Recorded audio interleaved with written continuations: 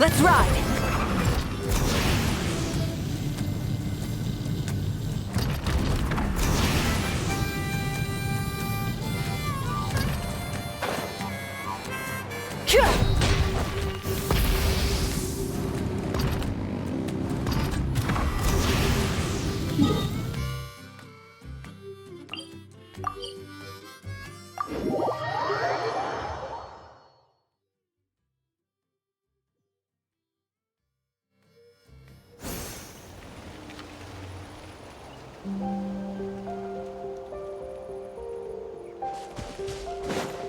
Try and stop! Huh? What's that sound? Seems like it's coming from that bridge.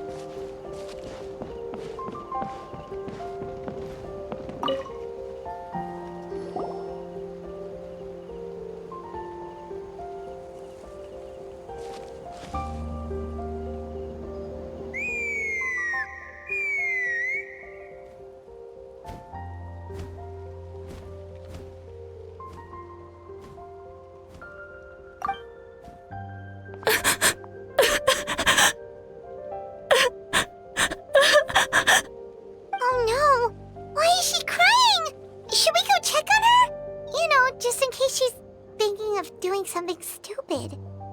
I'd leave her be. The warriors of the Flower Feather Clan are a proud bunch who never show their vulnerability in public, even if they've gone wingless. Oh, Chaska? Good to see you again, Traveler and Paimon. Before we carry on, let's get a little further away before Koyer notices us.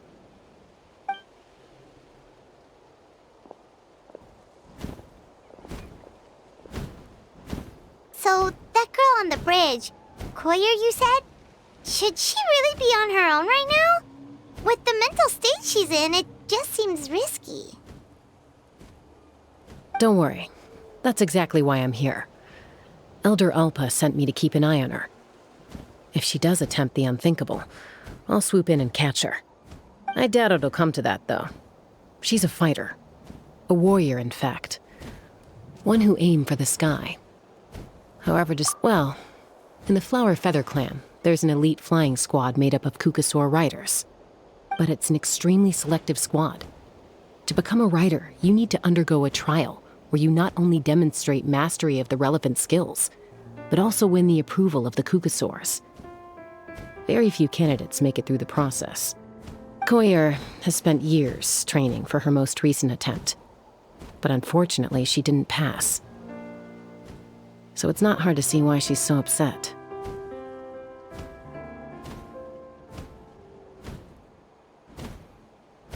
Sometimes, after multiple failed attempts to pass the flying tests and win the Kukasaur's approval, people get so disheartened that they give up on their dream to soar the skies. They resolve to quit trying for good. We call those people the wingless. Do they get expelled from the tribe? What? No, of course not. They're still prized warriors.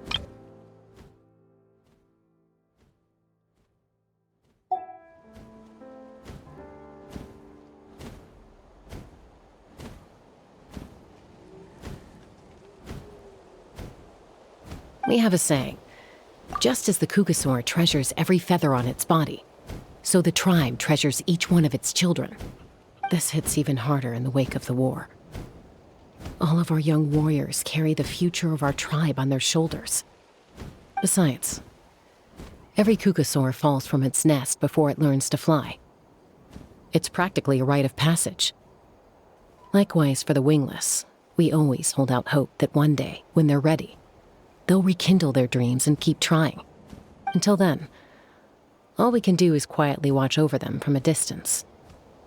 Just like I'm doing now. Ah, okay. Paimon hopes she'll get back on her feet soon. Well, from the sound of her whistling, her confidence has been seriously shaken. No Kukasaur is going to respond to a call that sounds like that.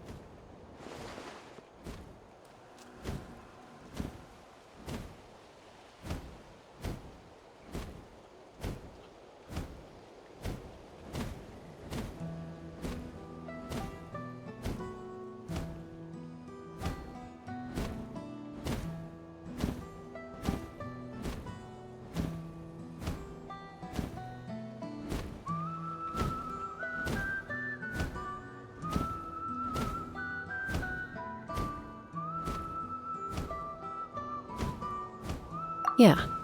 People from my tribe call to their Saurian companions by whistling or blowing a horn. So it sounds like Koyer was trying to summon a Kukasaur to practice her flying. But the Kukasaurs are an even prouder bunch than our warriors. They would never respond to a lackluster whistle like that. First she failed the trial, and now she's struggling to even summon a Kukasaur. That's only gonna hurt her confidence further. And getting trapped in that vicious circle is the kind of thing that'll make people go wingless. Surely there must be something we can do to help. That's very kind of you. Koyer's flying skills are up to par, but mentally she's stuck in a rut. If she wants to return to the sky, she has to overcome that for herself. I'm going to lay low nearby, just in case she takes a turn for the worse.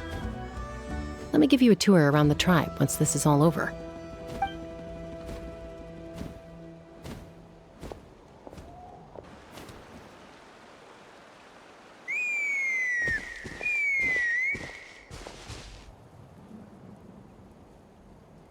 Koyer still isn't giving up.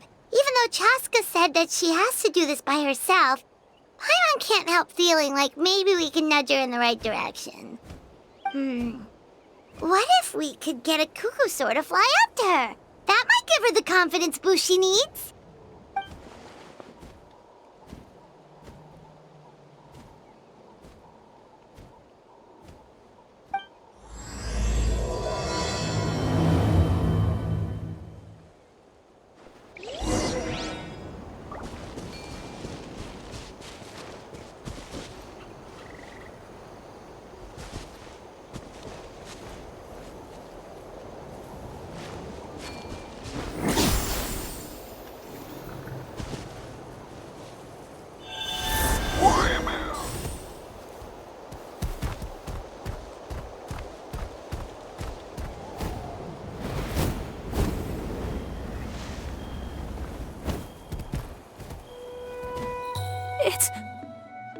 It's a Kukasaur! Oh my gosh! Is this really happening? I did it! I summoned one! I was beginning to think you'd all given up on me completely. Thank you. Oh, thank you.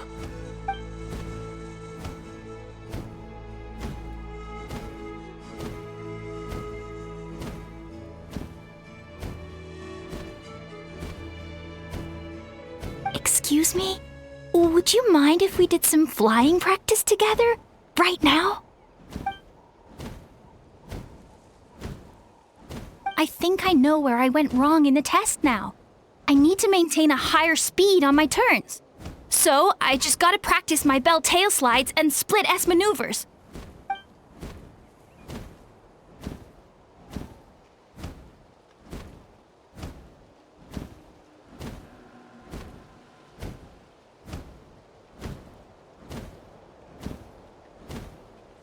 Also, I really want to try some stall turns and cobra maneuvers.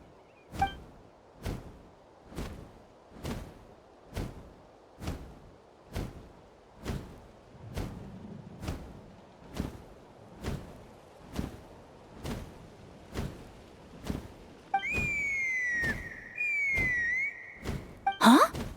That sounded like a whistle. Is someone else trying to summon a Kukasaur?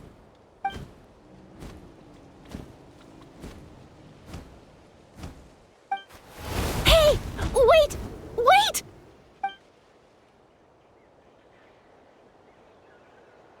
Do you think Koyer's feeling better now? Let's go back to that bridge and check.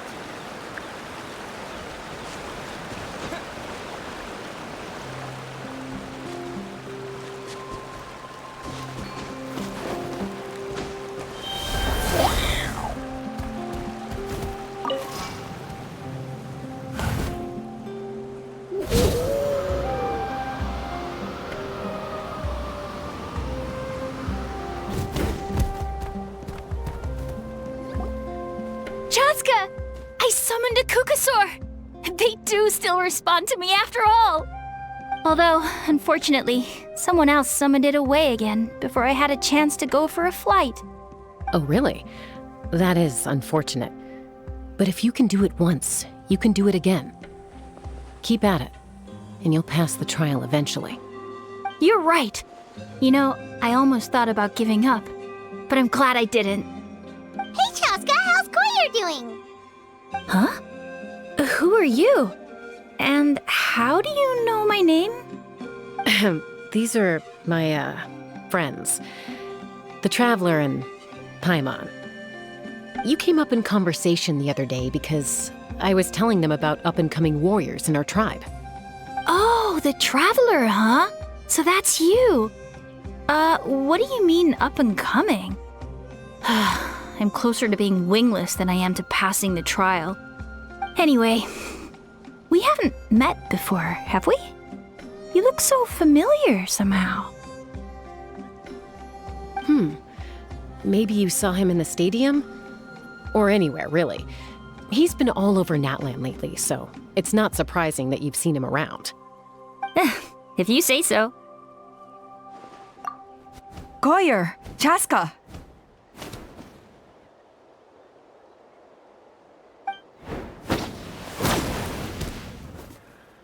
Here you are.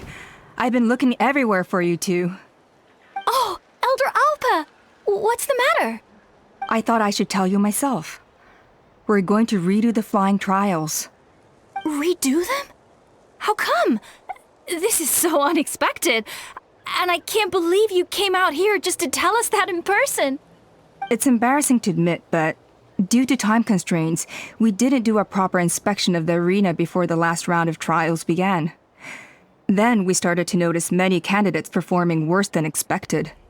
So we redid the inspection afterwards and found a number of issues which likely impacted candidate performance. This was entirely our mistake, and I apologize unreservedly. I know it doesn't make up for it, but I thought bringing you this message in person was the least I could do. Oh, okay. Chaska, these people you're with, are they the Traveler and Paimon? Huh? You've heard of us? I have indeed.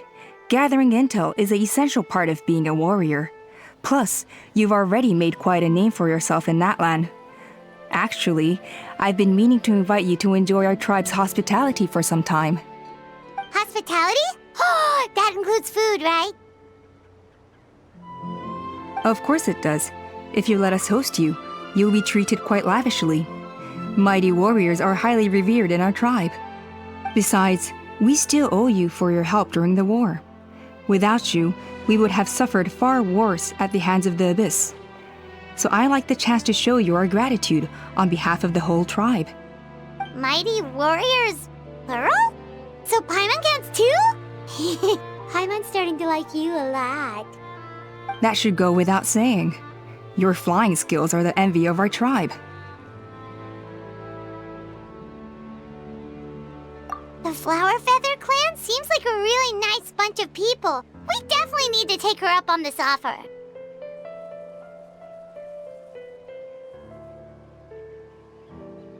Well, I'd love to stay, but I'm afraid I still have to inform the other candidates about the retrials. With our younger generation's future on the line, there's no time to lose. Wait, Elder Alpa! Let me help! The sooner everyone gets the news, the better! Very well. In that case, Chaska, could I leave you to entertain our guests? Sure thing. Okay. Let's meet by the Obsidian Totem Pole later. Koyer, let's get going. Okay.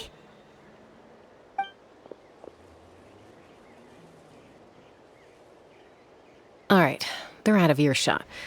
I'm just gonna come out and ask. That Kukasaur who responded to Koyer's call, that was your doing, wasn't it? I grew up with these creatures. I could tell something was off the second I saw it.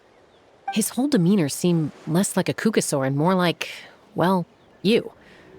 So I figure you must have been pulling the strings somehow.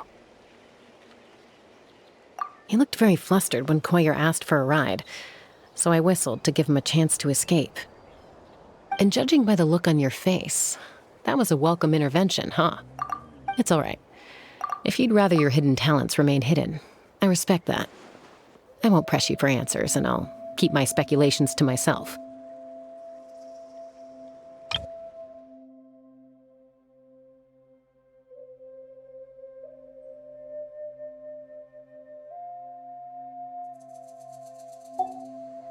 You're the kind of person I'd still trust even if you had superpowers. I know you'd use them for good.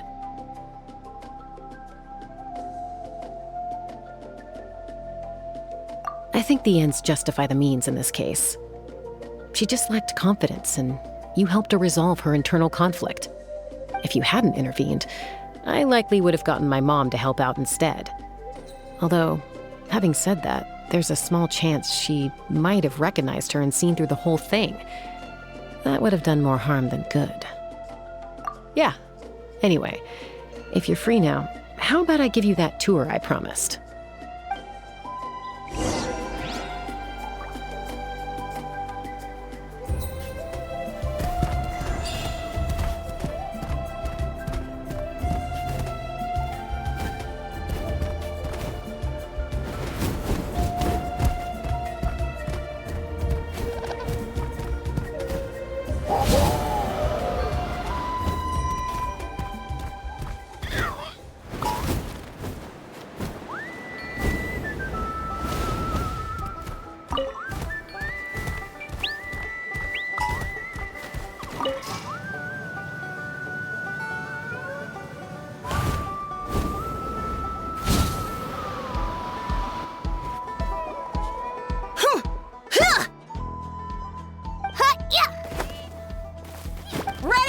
I'm gonna get you! Uh-oh. Are they fighting? Should we try and break them up? They're fine. Just doing their daily combat training. Combat training? A little young for that, aren't they? Not to us. We're a tribe of warriors. In ancient times, we were the most elite troops in the nation, responsible for patrolling and defending all of Natlan. And even though times have changed, we've kept our martial spirit alive. Hey, is that Chaska? Chaska, you're back! Oh, can you come train with us? Now's not a good time, I'm afraid. I'm showing the Traveler and Paimon around. Maybe next time. The Traveler and Paimon? Wait, you mean that legendary warrior and legendary flying expert? Legendary? Yep, that's us, all right. Awesome. It's so cool that you can fly without having to ride a cuckoosaur. Even Chaska could only do that for short distances.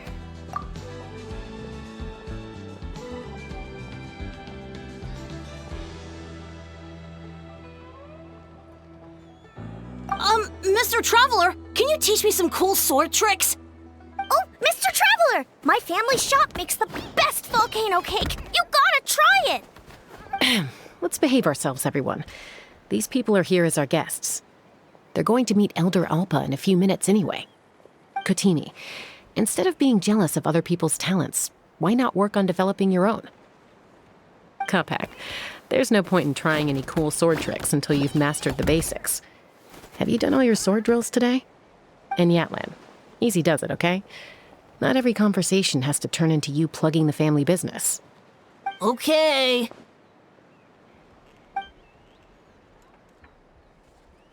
Sorry about those kids. They just got overexcited when they heard your name. Hope it didn't bother you too much. This is a volcano cake that Yatlan forced into my hands. She said to think of it as an apology gift. Whoa, it smells amazing! Traveler, you want some?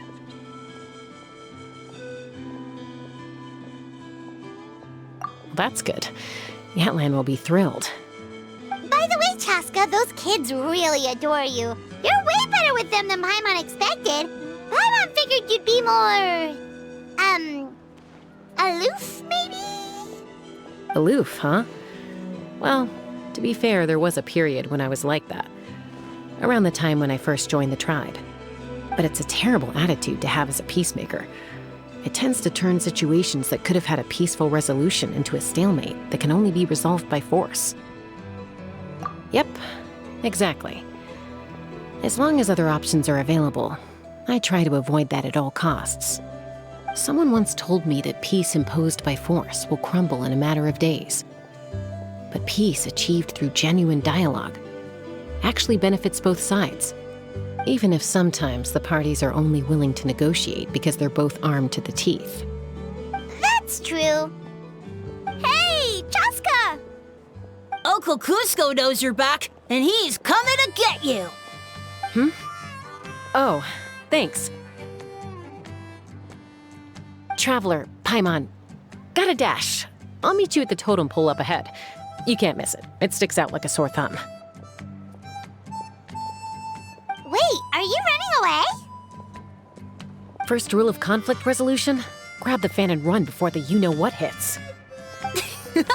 Trust Chaska to make even running away sound cool. Sorry about this. Just stall him for me, okay? I'll explain everything later.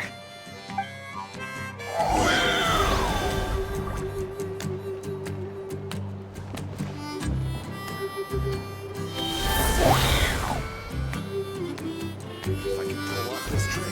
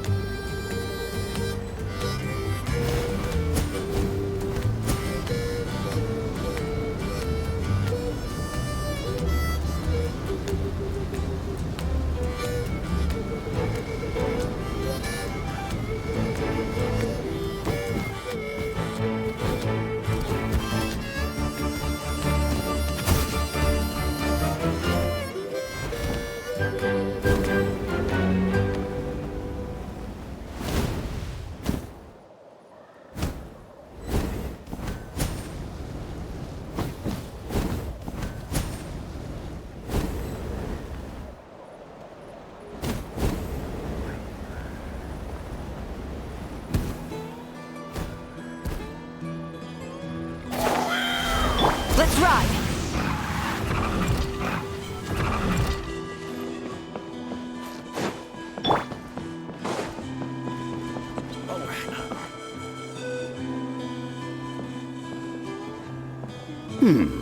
A golden-haired outlander and a white flying object. You must be the traveler in Paimon. I heard Chaska was with you, but I suppose she's run away again, has she? Sorry, who are you? Who am I? Only her father. She's supposed to go for a checkup every 3 months to see how her abyss condition is doing. We both agreed on it. But she's already missed 3 checkups this year. That's 3 out of 4.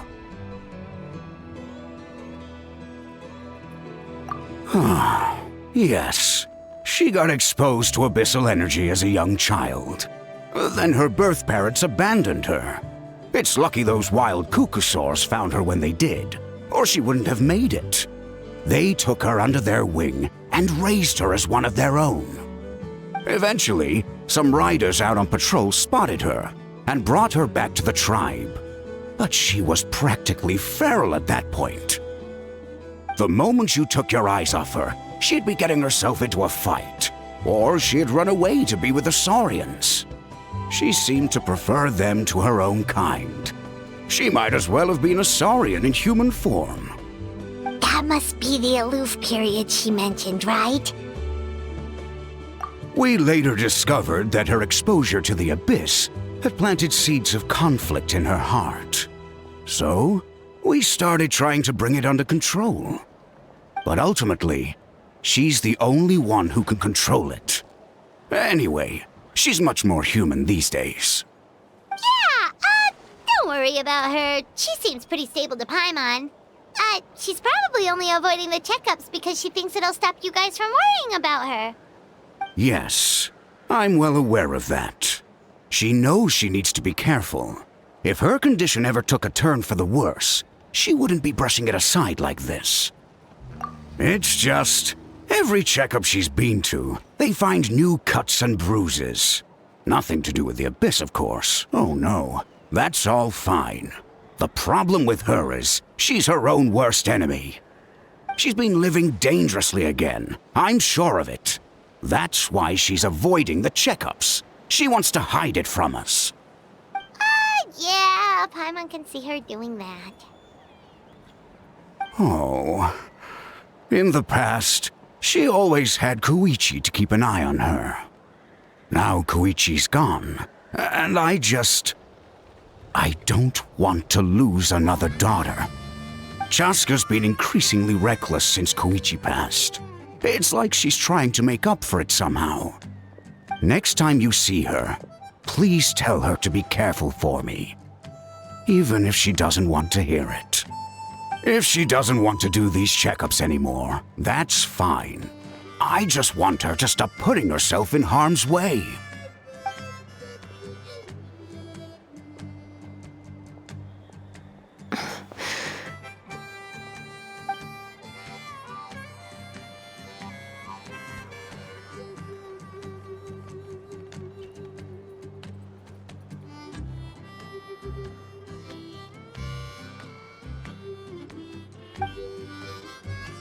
Whoa, where did the time go? We should be back up with Chaska before it gets any later. To get to the totem pole, we need to head north, right? I'm sorry. I didn't mean to keep you. I should be getting back to work now.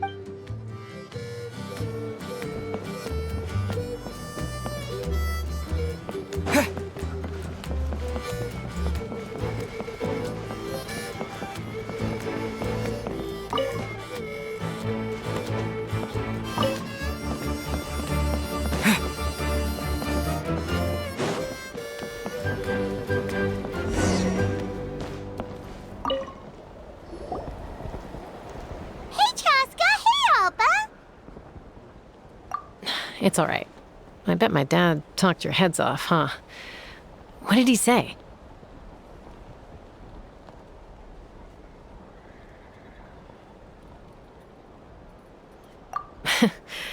I was sometimes a little impulsive back then. That's putting it mildly. The memories. It feels like it was only yesterday when we brought you back and had Cusco and his family take you in. Back then, no one imagined this feral child would grow up to be the strongest warrior of the Flower Feather clan. Huh? You were the one that brought Chaska back to the tribe? That's right. Elder Alpa was already a veteran rider by then. She spotted me while patrolling from the skies and tracked down my Kukasaur mom. Mom agreed it was time I tried to re-enter human society. But I didn't know the first thing about being civilized. I clashed with everyone who had to deal with me. And look at you now, renowned throughout the land as a peacemaker. How time flies. When the day comes that I can't fly anymore, it will be up to you to look after our tribe and our flying squad. You know me, though. I'm not a natural commander. I'm better off as a lone wolf on the front line. So stick it out at least a few more years, okay? Give Koyer and the others time to come into their own. Oh, stop.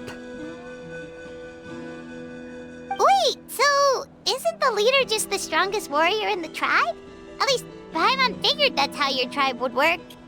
Strength is certainly a core tenet in the Flower Feather clan. But strength means far more than martial prowess alone. If it all came down to individual strength, I'd struggle to call myself a warrior, let alone a member of the flying squad.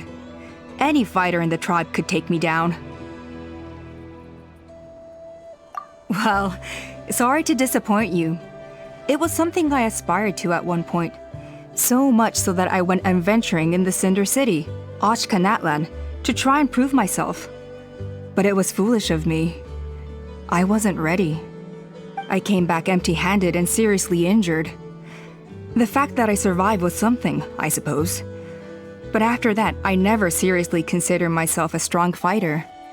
And yet, you still managed to become the leader of the flying squad, thanks to your experience and determination. All while battling those old injuries. Don't you think that's a display of strength in its own right? Let's shelve this discussion for now.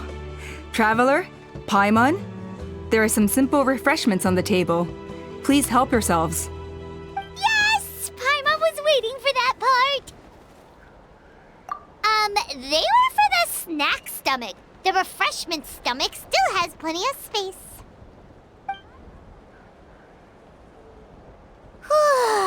Paimon is so full. Well, if you're enjoying our hospitality, feel free to stay with us as long as you like. Elder Alpa? There's, something's come up.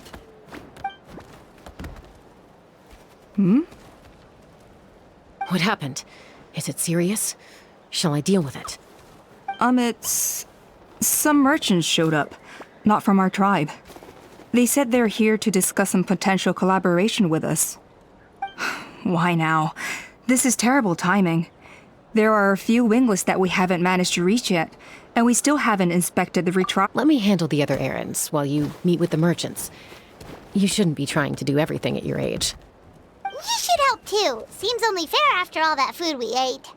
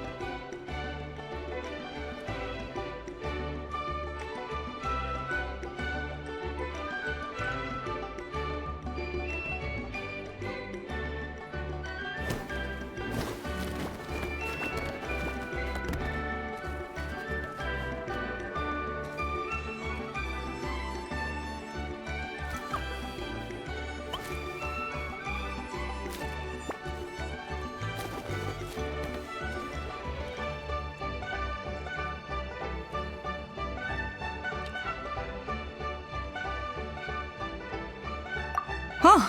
Well, much obliged. Chaska, the remaining winglets are all people you know. Let's see. Pishika now manages the floating target balloons. Waska's probably still addicted to eyes on the feathered prize, and Junon spends her day...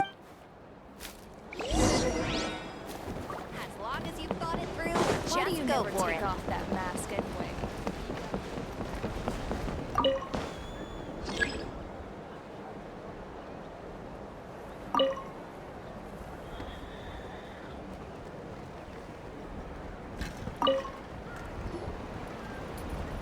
Are you sure you don't want to reconsider, I appreciate Pashika, they're redoing the flying trials.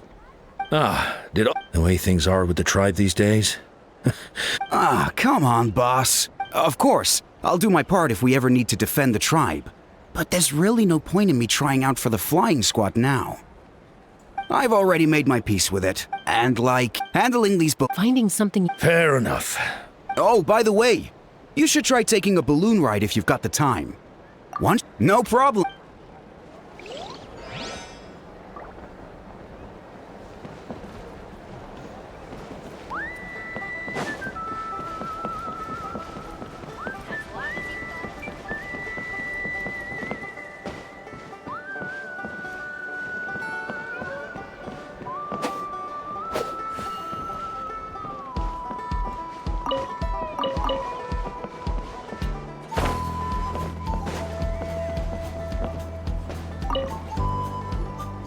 A retrial?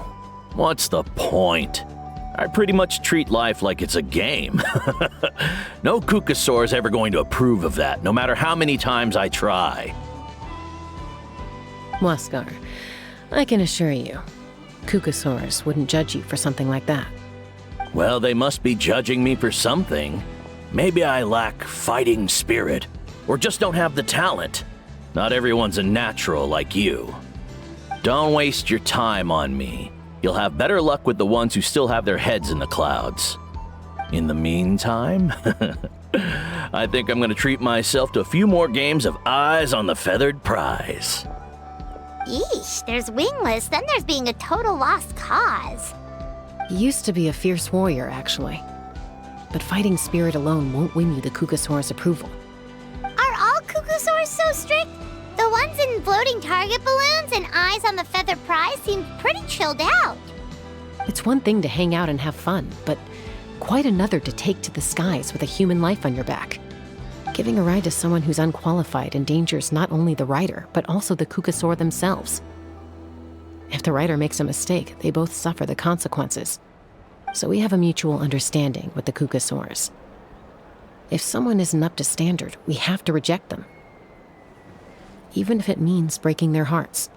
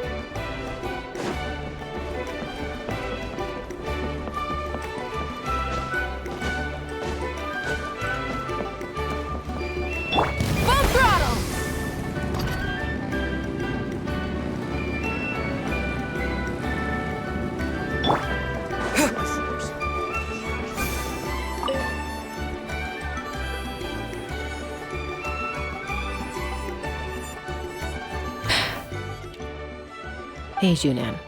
Gazing out at Ochkanatlan again, huh? Chaska? What are you doing here? Is something up? The flying squad is hosting retrials again soon. Wanna give it another try? Maybe you're forgetting the definition of wingless. I've failed so many times already that I've decided to call it quits for good. I'm done.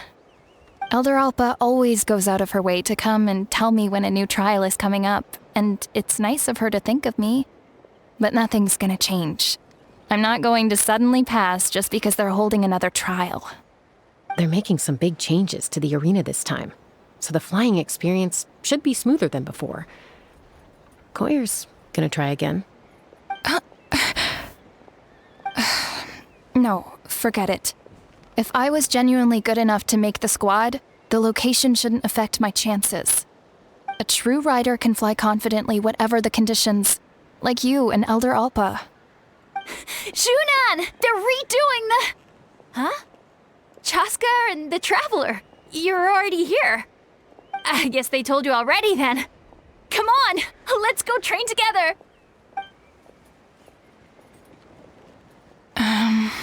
I'm gonna sit this one out. What? Why? But you've always looked up to Elder Alpa. She went wingless after her injury and spent years drifting, but even she came back and made it in the end. If she can do it, why can't you? I mean, I don't have that kind of perseverance. And besides, the last thing I want to do is fail in front of her yet again. Oh, come on. You know you don't need to worry about that. All right, well, how about we just treat this as you being my mentor? Then will you train with me? I mean... Enough umming and ahhing. Let's just get up in the air and figure it out as we go. Wait! Hold on, slow down. I can't keep up. Well, that's one way to do it.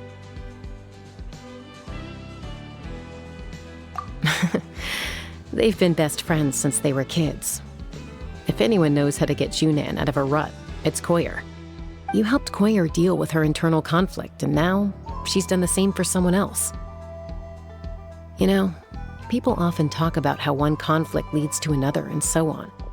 But sometimes in life, things spiral in a good direction instead.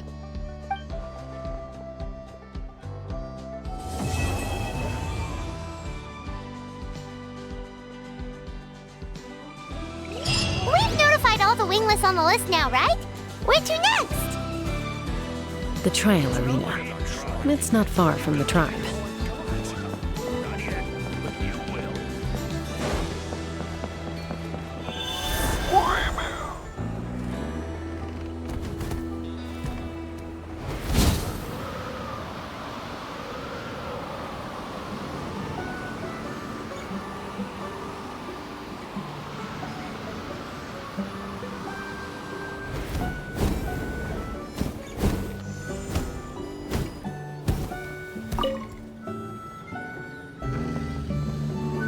Oh, hey there, Chaska. Did Elder Alpa send you? Yeah, she's got other things on her plate right now. How are things looking here? Well, the inspection revealed numerous blockages all over the trial arena. It looks like they're the result of ley line disorders caused by repeat abyss invasions. Theoretically, we just need to clear those obstacles, and the arena will fill up with gaseous phlogiston again. But that's proving difficult to achieve in practice, for all sorts of reasons. Why don't you head on down and check things out for yourself? Feel free to ask the staff for more details.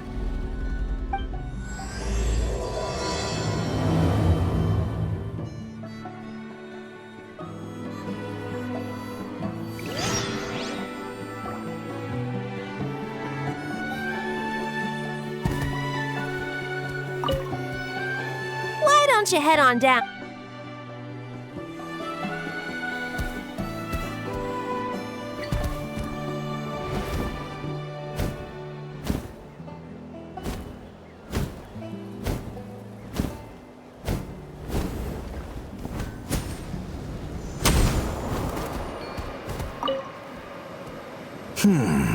I think it should be possible, but there are signs of strength.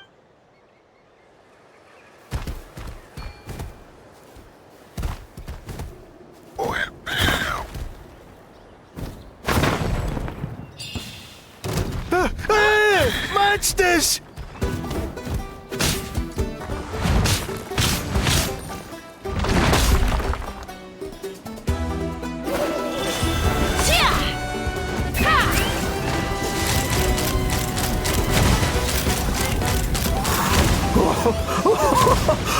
I thought I was done for. Oh, this spout should be good now. Thank you very much. I thought I...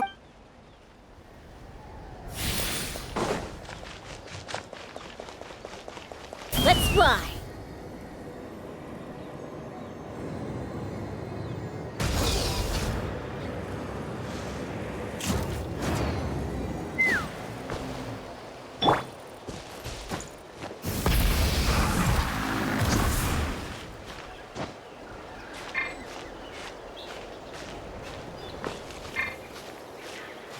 Let's burn this breeze.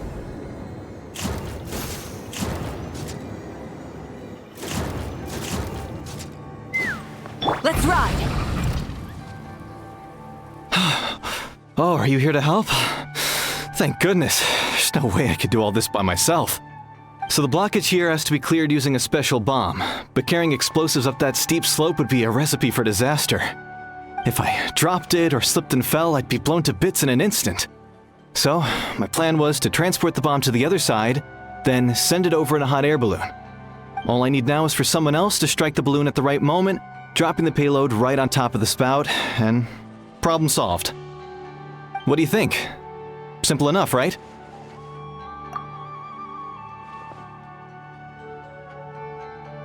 Huh? Oh, that one. No, I've got no idea who that belongs to. Or how they got it up so high.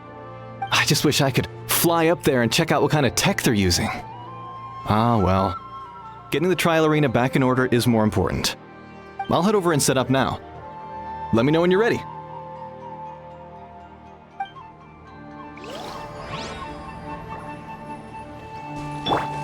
All right! Get ready! All right! Get ready! All right! All right! All right! Get ready! All right! Get ready!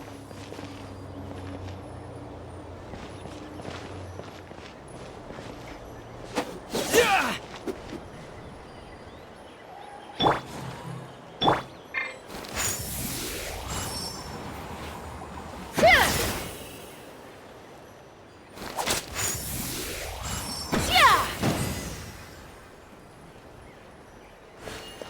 All right! Get ready!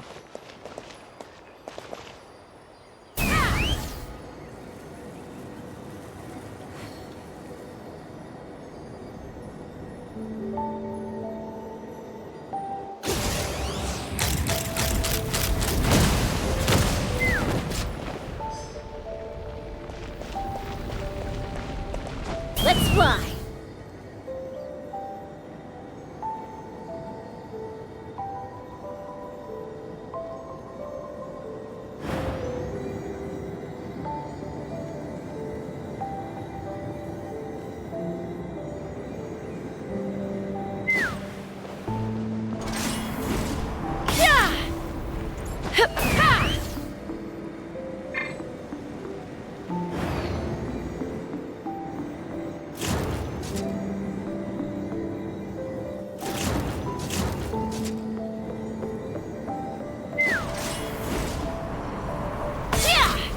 Take me up!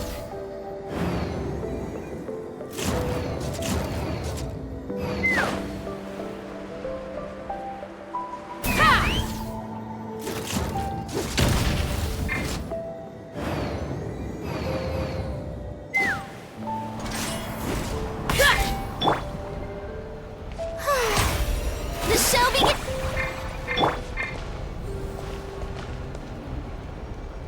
Take me up!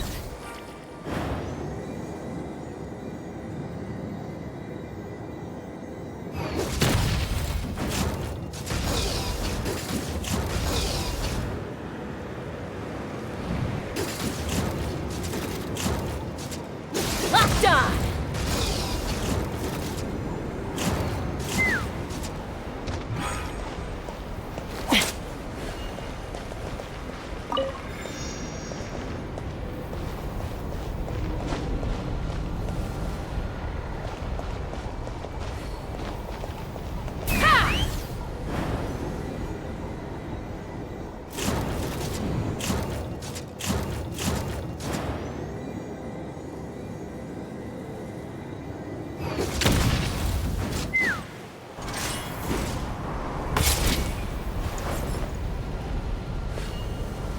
Take me up!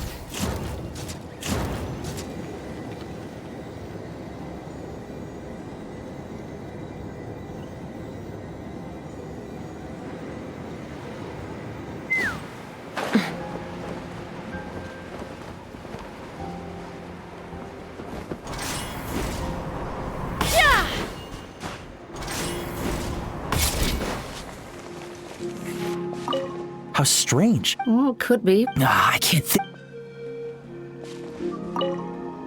How strange. Oh, could be. I can't think.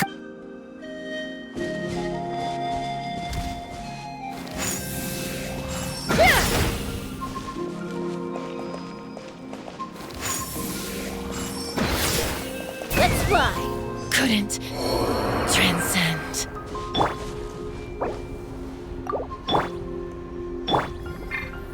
May I... Ha!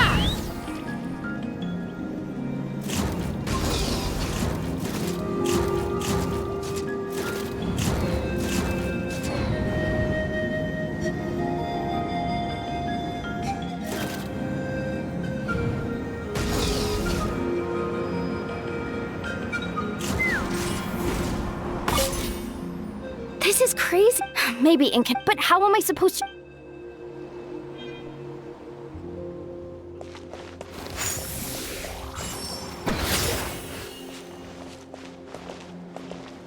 The gaseous phlogiston is being replenished. Looks like all the spouts have been unblocked. Let's head back up.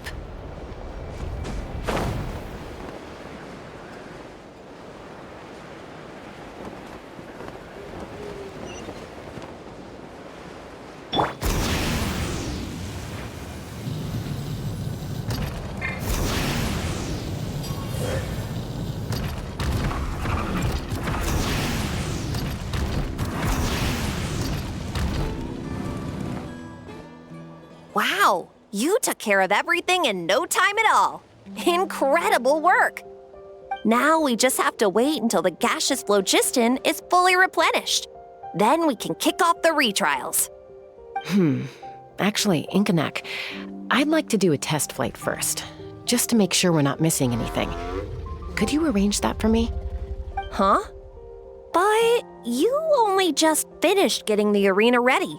There could still be other hazards we're unaware of. All the more reason to have me test it out. Think of it as another inspection. I guess you're right. The conditions in this area seem... All right, I'll get things set up for you.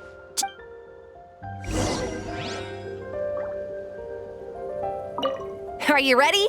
This should be a piece of cake for... All right.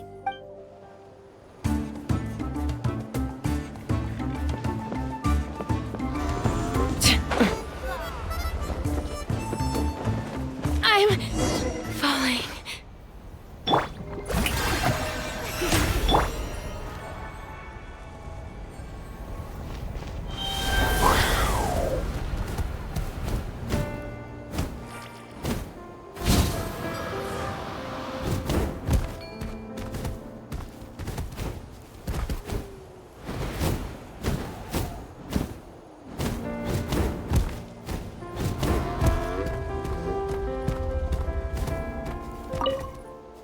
Are you ready?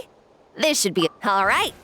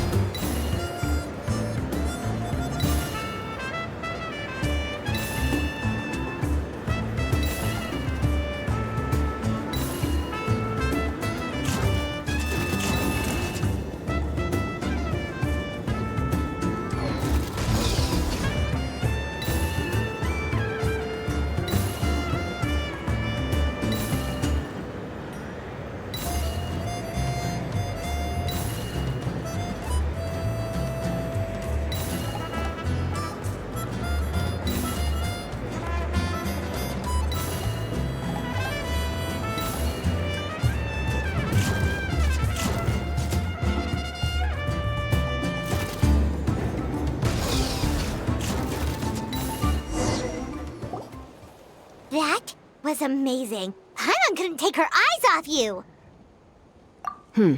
No, nothing major. Give it a few days, and we should be able to conduct the trials. Help! Help me! You're from the Flower Feather clan, right? Please, come quick, you've got to help us! Catch your breath first. What's the situation? We got attacked by a Kukasaur. My friends are still stranded in the middle of the road with the goods we were transporting. Please, I'm begging you, save them! Huh? Are Kukusaurs really that aggressive? Do they usually attack groups of people unprovoked? Not in my experience, but there are exceptions to every rule. Let's go check it out.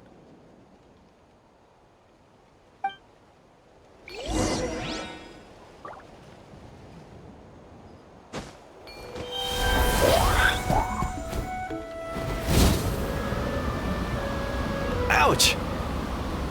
I've never seen such an aggressive Kukusaur.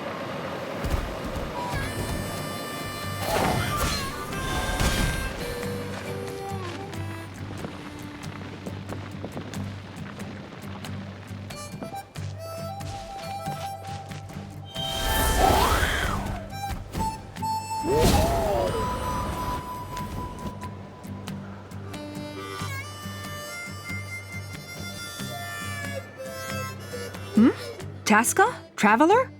This is a surprise. Elder Alba? Huh.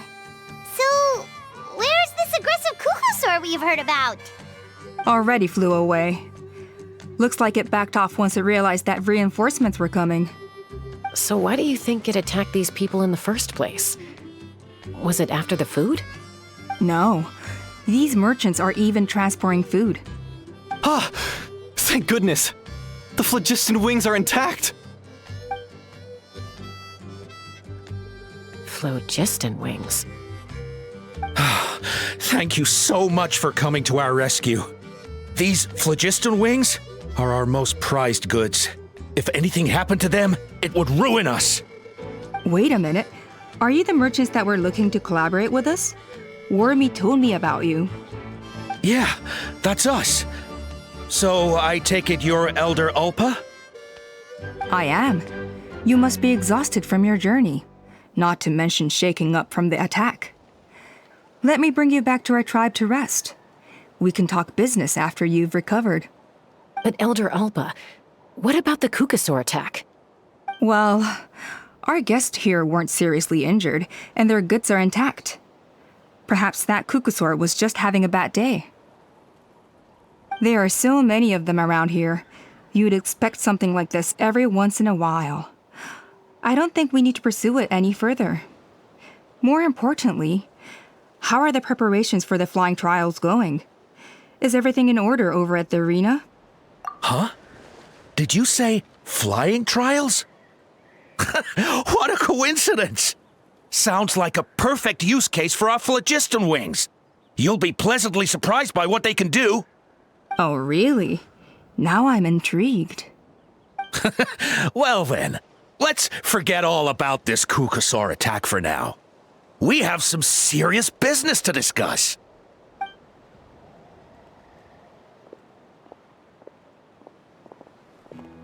Huh?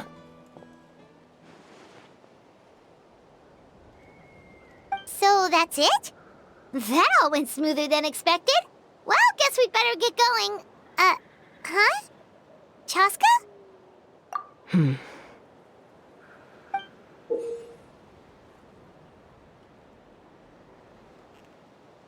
A blood-stained feather.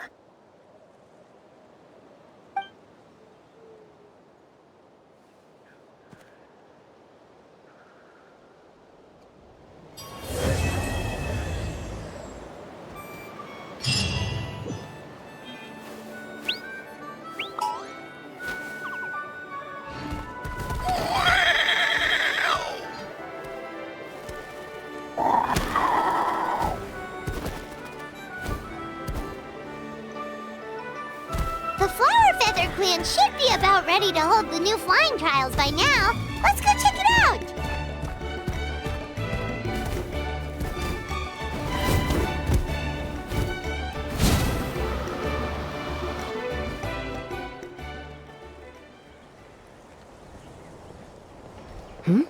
Ah, Traveler and Paimon. You came. Yep, and it looks like we made it just in time! Although, can't say the same for the Kukusaurs. Bit of a low turnout, huh? Yeah, you'll see why soon enough. All right, get ready. 3, 2, 1, fly! Whoa! We're really flying! I feel light as a feather. I'm flying without a Kukasaur. These phlogiston wings are awesome! What's going on? Paimon can barely believe her eyes. How did they fly all on their own? The merchants we ran into that day were selling a product called phlogiston wings. It's a flying machine worn on the back. To operate it, you just use a handheld trackball that controls the flow of gaseous phlogiston. That's incredible. Yeah, if our tribe, well, if Natlan mass adopted this technology, it would revolutionize our mobility and responsiveness in times of crisis. Just think of the countless tragedies that could be averted.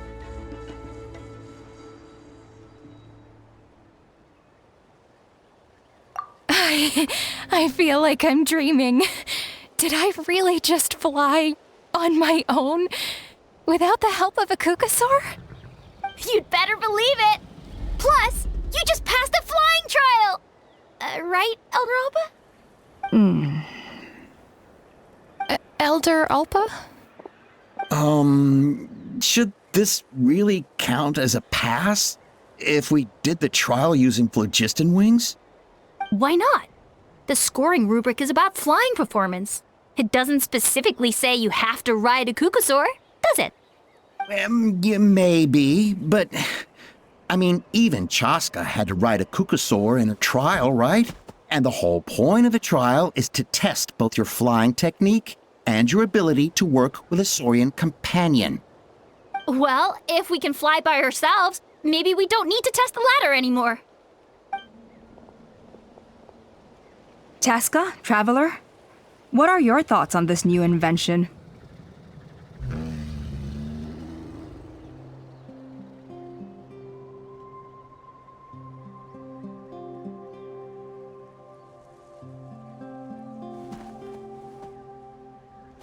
You see? Even the Traveler agrees. I agree that they have strategic value, but I don't think it makes any sense to evaluate candidates by the current testing standards if they're using phlogiston wings. Why? Shunan finally mustered the courage to go through with this, and now you're saying it doesn't count? We don't have any experience using these wings in battle, nor is it immediately obvious how to incorporate them into the existing systems in our tribe. Taking a longer-term perspective, I think we need to start by getting thoroughly acquainted with how these things work.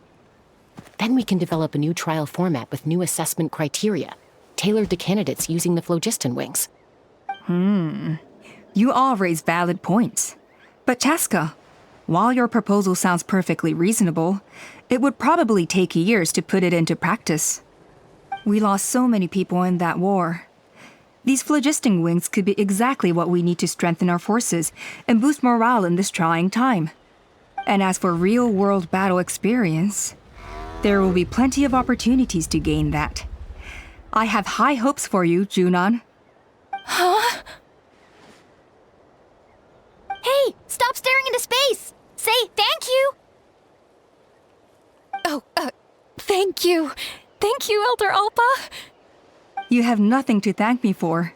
Remember, the way you got your wings back was by relying on yourself. Oh, Elder Alpa! Bad news! Kukasaurs are attacking the merchants again! Again? Okay, everyone, stay put while I... Huh? Chaska?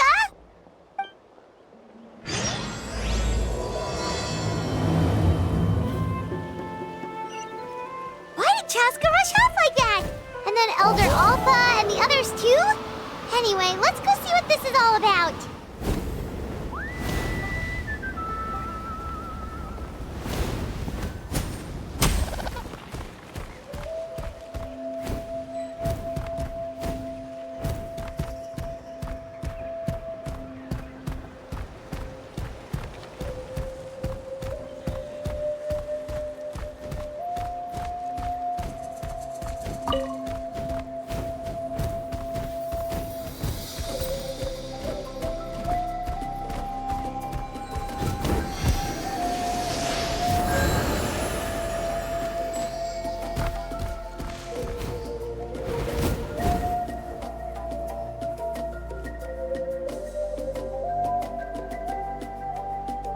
Oh, it's back! It found us again! Run! Get out of here!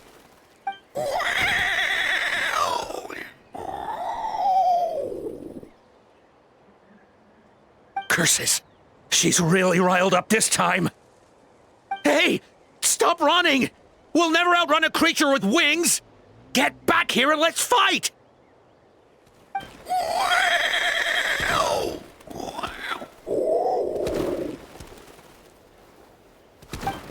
Stop! All of you! Chaska! Oh, wonderful! Quick, get rid of that thing!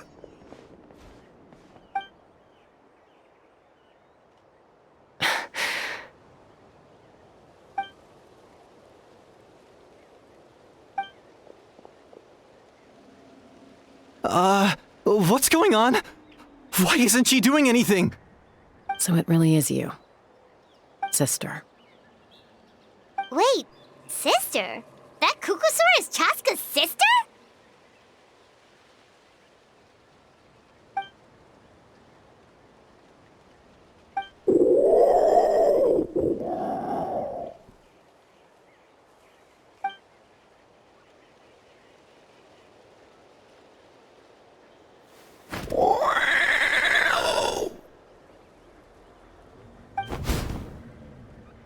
Koya, wait!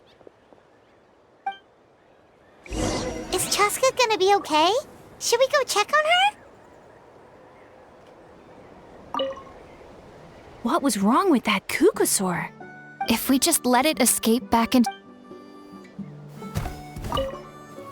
Is everyone all right? We're okay. No.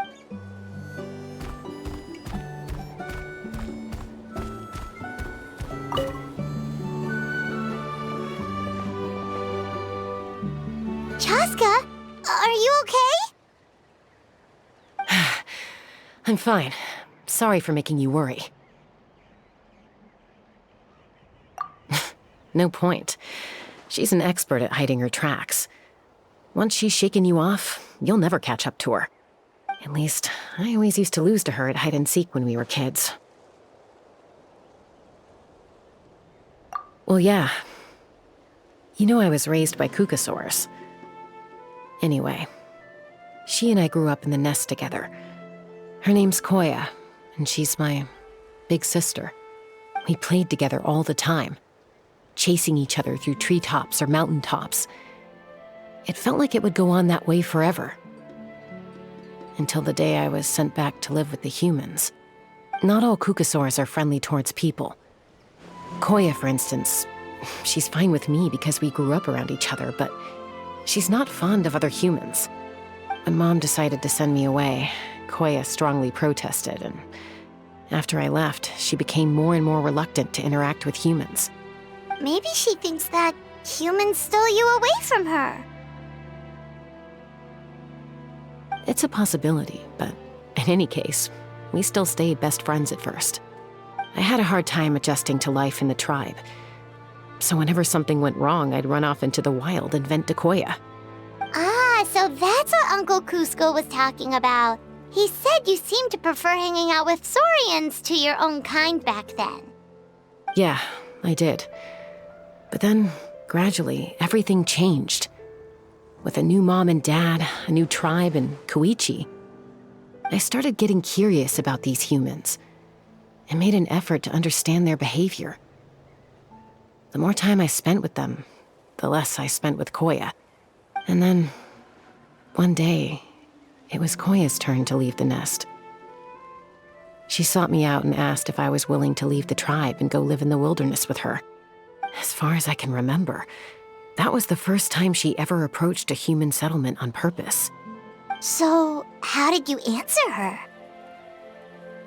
Well, I wouldn't be standing here talking to you if I'd said yes.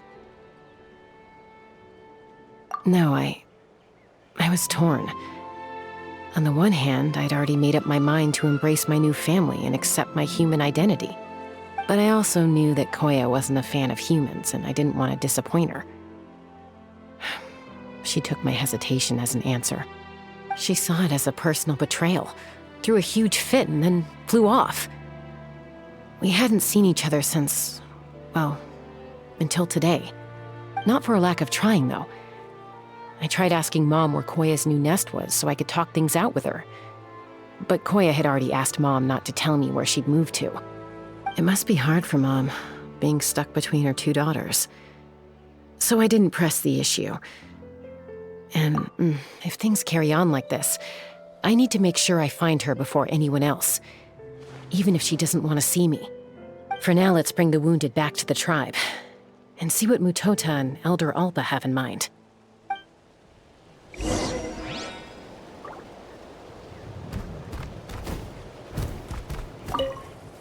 What was wrong with that? If we just let it escape back...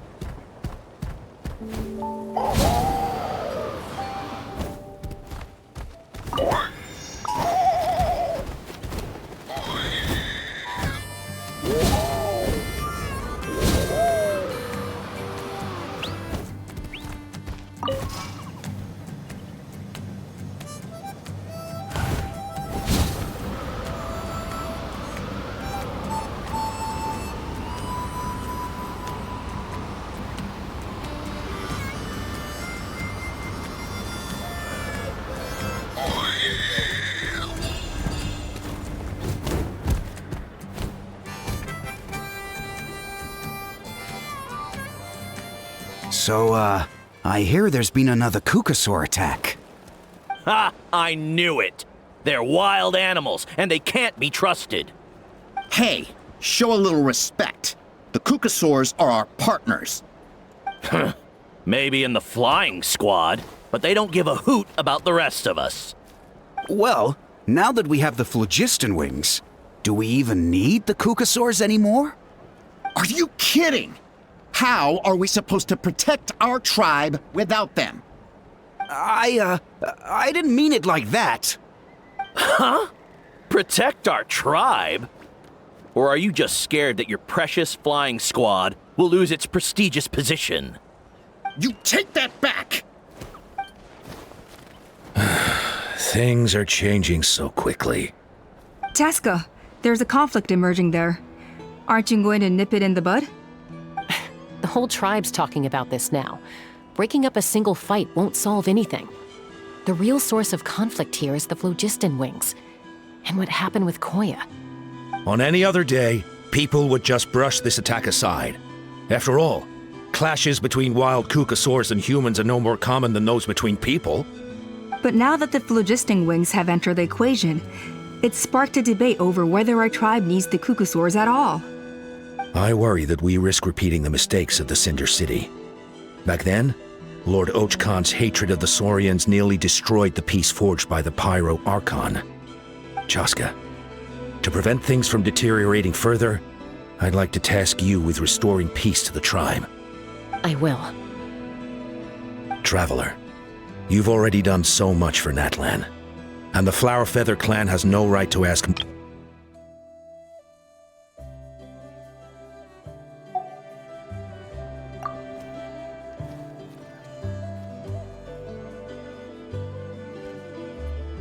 Thank you. And don't forget about Paimon. Just leave this to us. This whole situation has unfolded so quickly that it's put us on a back foot. To tell the truth, it makes me a little suspicious.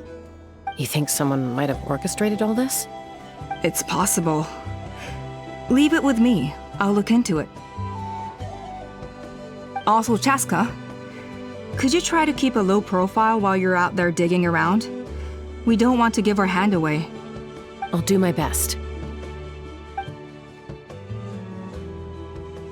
Okay, so where should we start? This all began with Koya's attacks. If we can find out what led her to do it, that should give us something to work with. Unlikely. Given how she reacted when I showed up, I don't think she's forgiven me. If you want to resolve a conflict through dialogue, sometimes you need a third-party facilitator. Let's go see my mom.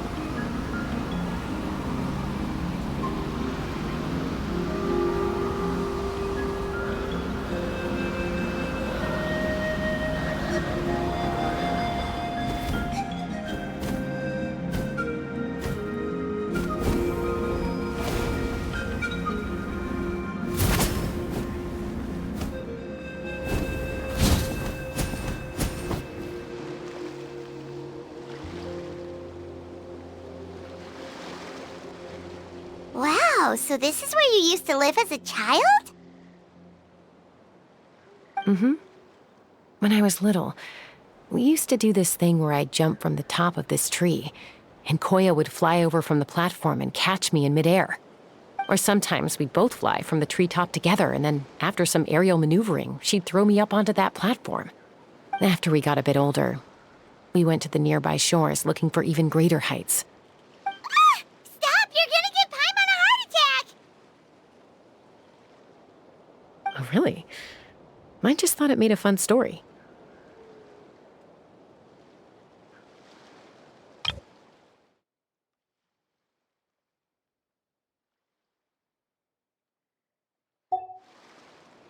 Then I'll share more with you when there's time. Anyway, back to the matter at hand.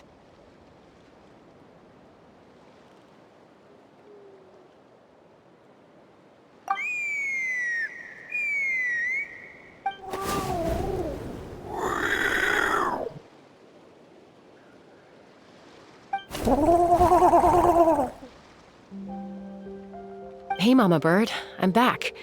My last visit was only a week ago, wasn't it? See? I visit you more than I visit Papa Cusco. I brought a couple of friends with me. These are the Traveler and Paimon. Traveler, Paimon, this is my mom. Her name is Chimpu. In the human tongue, anyway.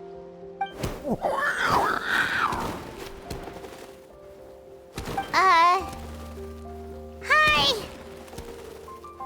No, not really. I don't speak it as such, but I can sort of get the gist. Although only with Mom and Koya, since I spent my formative years with them. Even then, it's basically a best guess based on their sounds, body language, and expressions. Seems to work about 9 times out of 10, anyway. As for whether Mom understands me, I can't always tell. But somehow we still manage to communicate. Call it the family bond, I guess.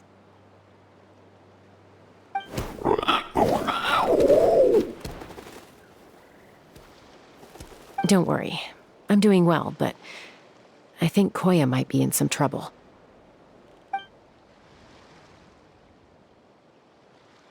I know she's never been a fan of humans, but she's never deliberately attacked them before either.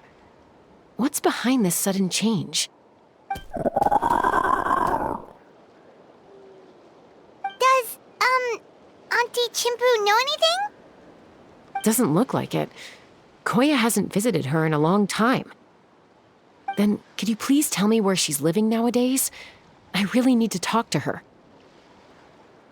If this animosity between her and the tribe continues, then the next time there's an incident, I don't know if I'll make it there in time.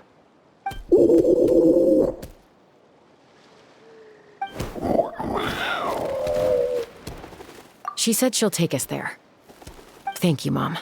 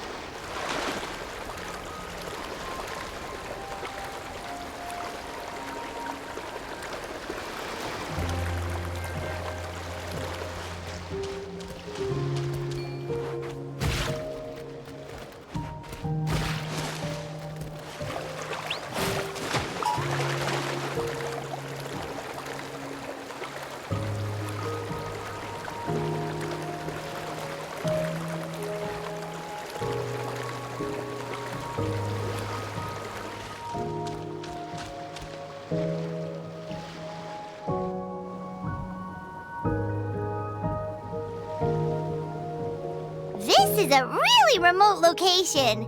Guess she was trying to get as far away from humans as possible.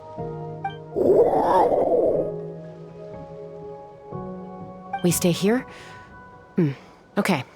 Got it. Traveler, Paimon. Mom says we should stay out of sight for now. She'll talk to Koya first.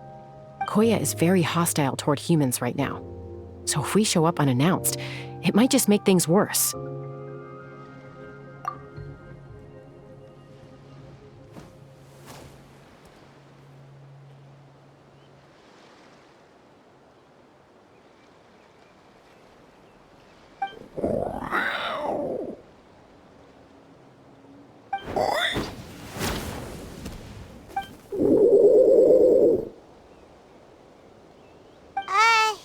Any idea what they're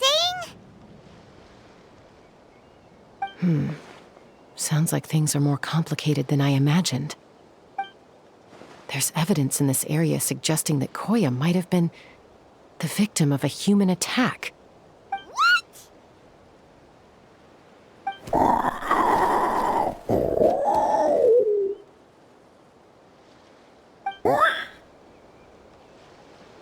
No!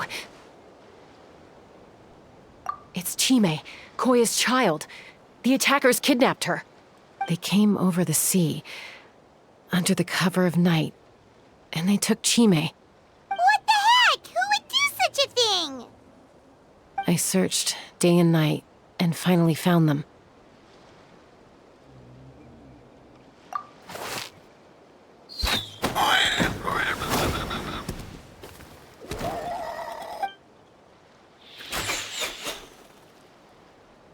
Oh, yeah! T'Pol's contraption is working like a charm! Got her in one! Hey, there's another one! Wait, is that the one that got away last time? Who cares? Just get them all. T'Pol pays us per catch.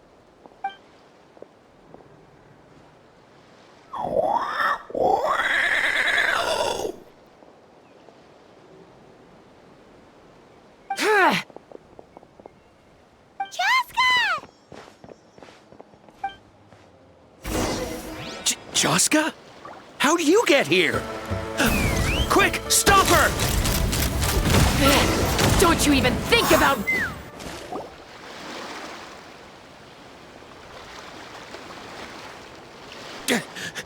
Don't come any closer, or I'll... Go, Phlogiston Wings! Take me out of here! Uh-oh, looks like it malfunctioned. This is bad. Mom and Koya are already injured. And if that thing explodes right next to them... Help! Elemental energy suppresses it! Please, someone! Get back!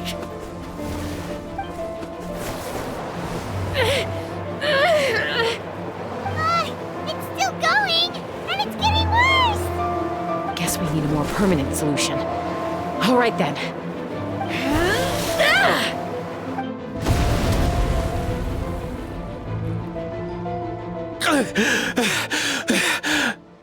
That was too close. I thought I was gonna die.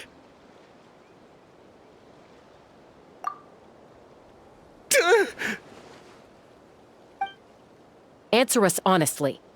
Were you the ones who attacked Koya before?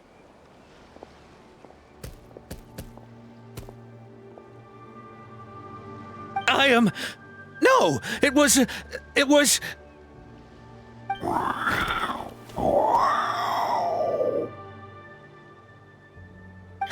Well, she says it was you.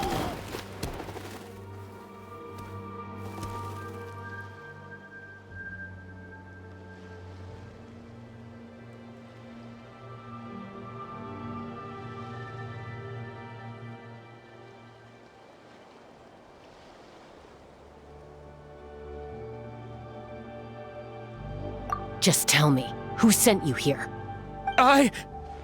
It was T'Pol. He told us to catch all the wild Kukasaurs we can find. And he also said that this Kukasaur has become a thorn in his side, so it needs dealing with urgently. T'Pol? Huh. Sounds familiar. But where from?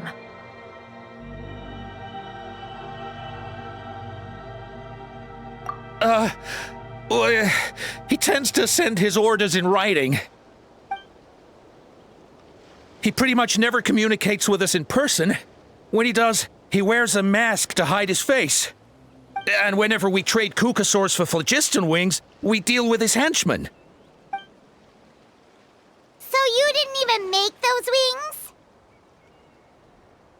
All we did was slap some labels on them and transport them over here, to make them look like they're imported. To make it harder to trace their origins.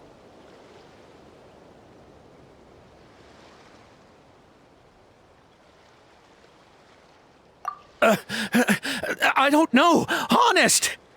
Well, that's mighty convenient, huh? What about if I held a gun to your head? Would that change your answer?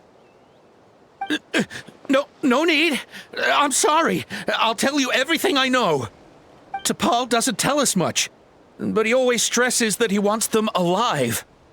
So that gives us some clues. This is just a best guess, of course, but we suspect that the gaseous phlogiston stored in the track balls is drawn directly from the Kukasaurs. What?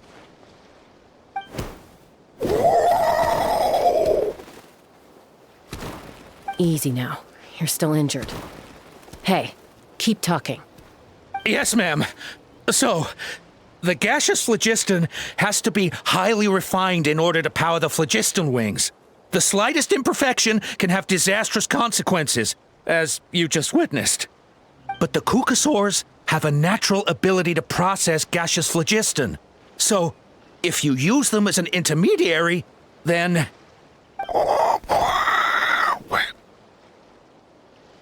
That's enough. So the Kukasaurs you took, where are they now? T'Pol should have them. But no one knows where he's based, apart from him and his henchmen. We've tried looking for it ourselves, even followed them a few times. But we always end up losing track of them. Random thought. Maybe they're hiding up in the sky? T'Pol. T'Pol.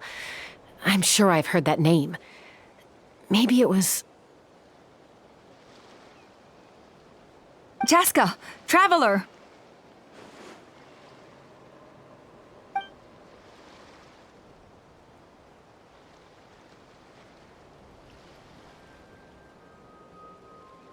That voice! It's Oppa!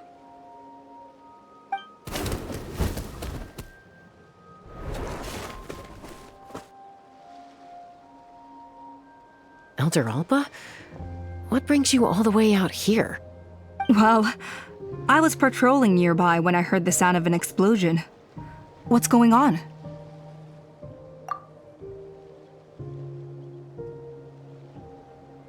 I don't believe it. Elder Alba, does the name T'Pol ring a bell to you? I feel like I've seen it written down before. Maybe in a list of candidates for the flying trials? Huh? So he's a member of your tribe then? No. If he was a member of the Flower Feather Clan, I'd definitely know him.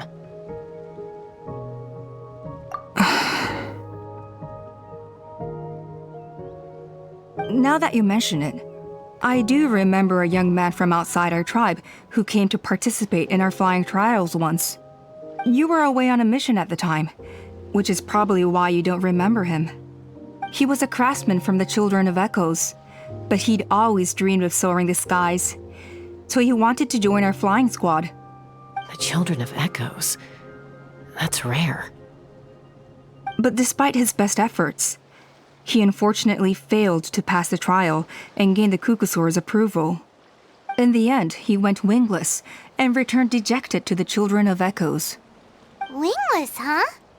Maybe he invented the phlogiston wings to get revenge on the Kukasaurs. Perhaps. Or maybe it's simply his way of dealing with his regrets over his past flying endeavors. Either way, it doesn't excuse his abuse of the Kukasaurs. I'm gonna take these guys back and expose the truth to the tribe. It's time for this conflict to end. Easy, Chaska. Remember what I said about keeping a low profile? The ringleader still hasn't shown himself, and this man's allegation about powering the phlogiston wings with Kukasaurs is only speculation. Bringing these men to the tribe now won't win over any current supporters of the phlogiston wings. In fact, it may even escalate the conflict further. After all, many are mistrustful of the Cuckoosaurs after recent events. Is that why T'Pol waited until now to try to capture my sister? I don't know. I mean, he did tell us to spread negative rumors about the Cuckoosaurs and slip some Mora to anyone opposed to them, but... But Koya only attacked humans because they stole her child!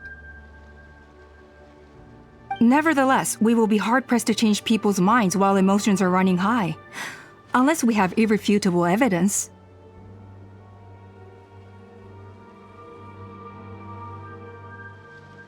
Bravo! My thoughts exactly. In the meantime, leave these men with me. I'll escort them back to the tribe. I'll take the other members of their crew into custody too. They won't get another chance to stir up trouble. Fair enough. I guess finding T'Pol is going to be the key to resolving this conflict. Let's hope the Children of Echoes have some info on him.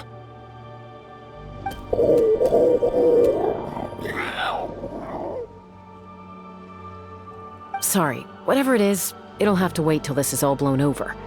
I have to fix this situation before it spirals out of control.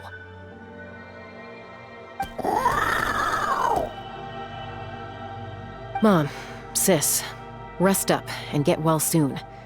I gotta fly.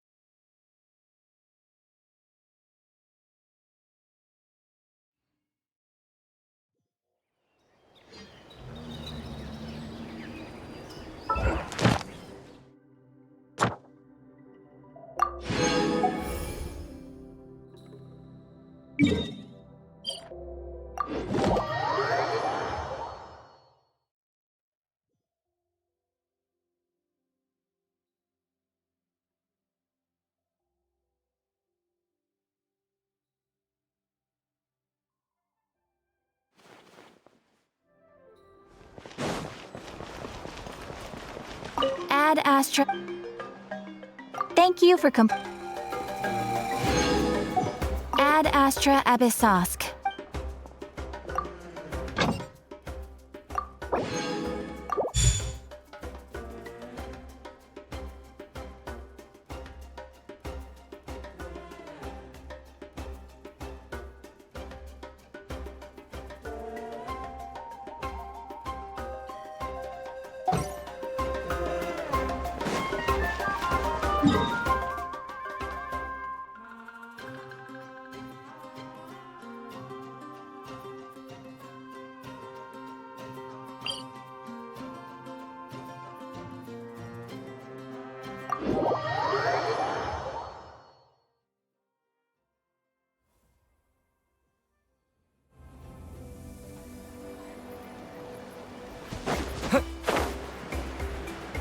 Let's ride!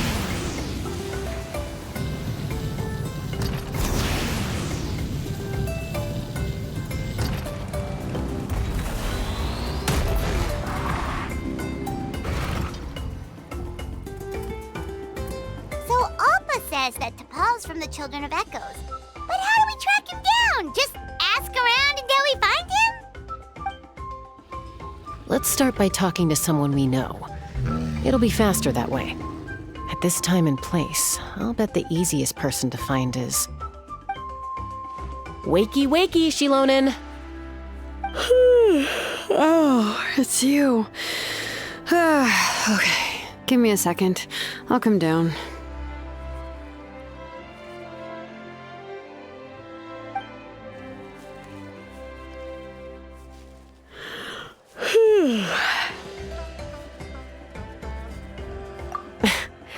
I climb trees to fly further and see farther. I don't usually stop for a nap. Well, we're not all like you. Always full of energy, even after flying around all day. Yeah. So, you've come all this way and interrupted my precious nap time. Might I inquire as to, why? I'm sorry, Shilonen, but it couldn't wait. Does the name T'Pol mean anything to you? He's a craftsman, apparently. Huh. T'Pol. Yeah, that rings a bell. I think that's Puma's child. Nope, I'm afraid you're a few years too late. Why are you looking for him?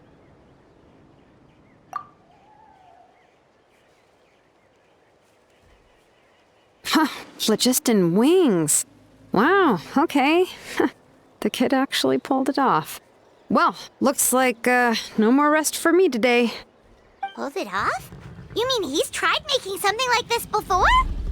Yeah, he started trying to build a flying machine right after he got back from the Flower Feather clan. So right after he went wingless, then.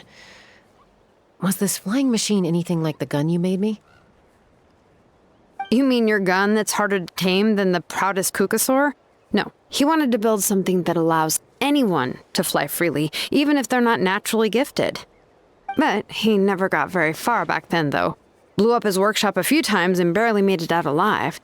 I never really kept up with him after that. His parents traveled a lot in their youth and only returned to the tribe after he was born. But they settled in a remote area and don't interact with other people much. Which means most people in the tribe don't know them very well. Your best bet is to chat to his direct family. I'll, go get Puma. Wait for me in front of the workshop. I won't be long.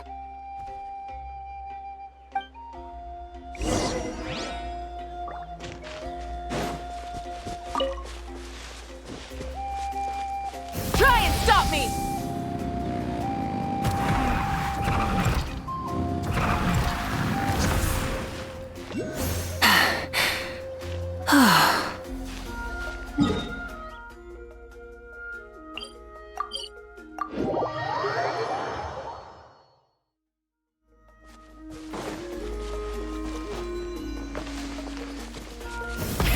Rev the engines!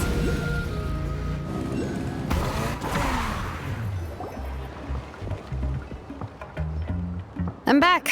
Allow me to introduce T'Pol's mother, Puma. Hello, Oh, save the pleasantries. I don't want to spend any longer talking about that boy than I have to. Huh? I disowned him long ago. He is no child of mine. All he cared about was his pipe dream of reaching the sky. Oh, we tried to talk sense into him, but he was obsessed. And then when he left us, he spouted some nonsense about building a workshop in the sky to avoid the constant criticism of us ground dwellers. He left his notebook behind. Whatever questions you have, you can look for them in there. I am done talking about him. He's no son of mine. He never called me Mom anyhow.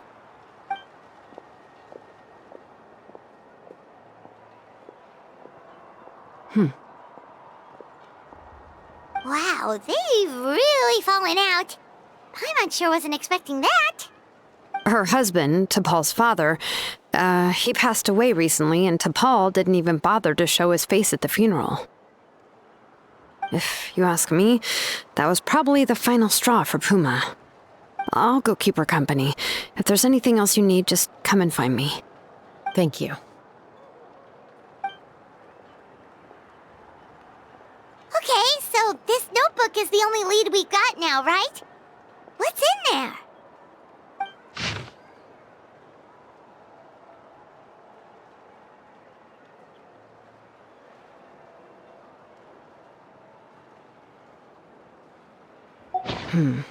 Some early designs for the phlogiston wings, and some theorizing about an airborne workshop. Ochkanatlan, the Cinder City. Looks like that's where he got his technological inspiration from. So, was he serious about the workshop in the sky? But that's such a big project for one person. Do we think he actually pulled it off? Oh, yes! The one from the trial arena that was super high up! That balloon has been there for a while, and everyone's been wondering how it got up there, but what if that's the wrong question? What if it started off even higher up, above the clouds and out of view, and it only descended to its current height due to some kind of malfunction? Part of T'Pol's workshop? Seems likely. If T'Pol's base had been hiding above the clouds this whole time, that would definitely explain why Isidore couldn't find it.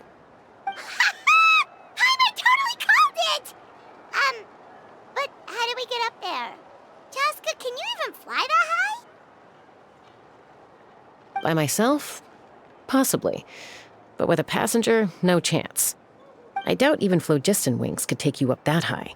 At least, not without that relic T'Pol mentioned in his notebook. Yeah, and he's probably holding on to it. We'll have to find another way. Nope. That's way beyond Paimon's altitude. Also, would you really expect Paimon to go up there and take on T'Pol all by herself? Let's not worry. Just because we can't think of a solution doesn't mean no one else can. I'm not the only flying expert in my tribe, you know. Oh, good point. We should go ask Elder Alpa! And Mutoda. He was quite the flying ace back in the day, too. Let's head back and see what they suggest.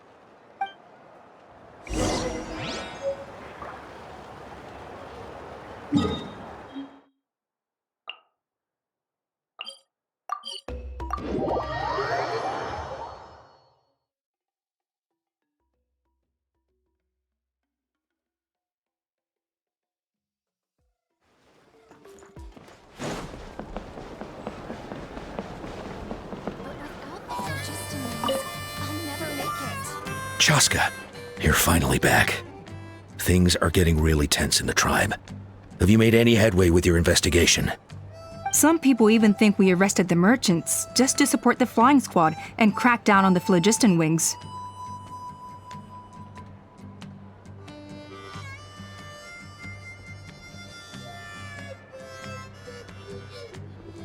We found some promising leads, but there's a major obstacle standing between us and the irrefutable evidence we need.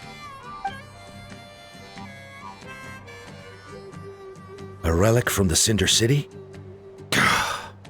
So Och Khan's still managing to sow discord, even after all these years. An airborne workshop and a hot air balloon above the trial arena. And that's where you're trying to get to now? Neither phlogiston wings nor a Kukusaur can take you that high up. Do you really think that's where T'Pol is hiding? You know what? There might just be a way. Really? Do you still remember those spouts in the arena? When they were all blocked, the gaseous phlogiston was trapped and unable to flow. But now, it's flowing freely. If we were to block them up again... You mean all of them except the one at the very top of the arena? To build up the pressure there? Precisely. With all the gaseous phlogiston flowing through one spout, it would create a high-pressure wind current. And then we just ride it up into the sky! Yes, it has its risks, but with Chaska's abilities, I think she could manage it. It's an extremely risky approach, but I agree that it's feasible. If you want to give it a try, check with Inkanak at the trial grounds. She can explain how to block the spouts. Chaska, if anyone has a hope of seizing this evidence from the high heavens, it is you.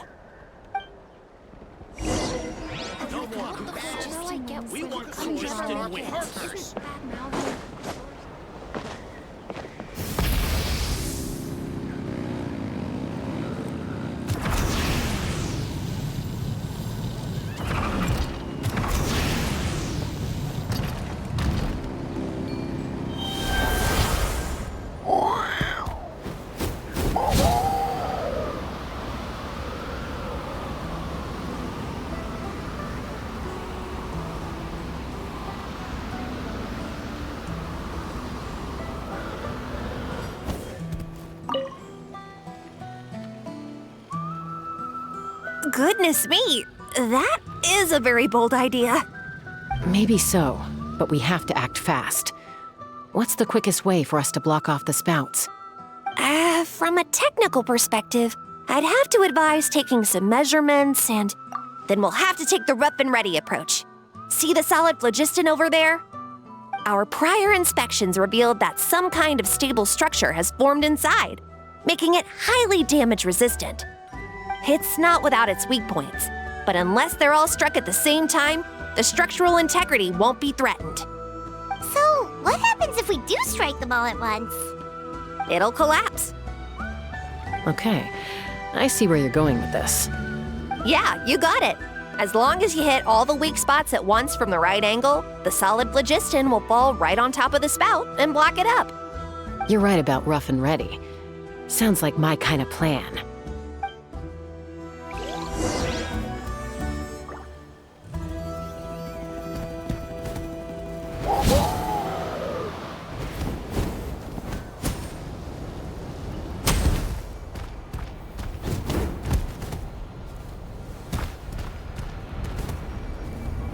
Take me up!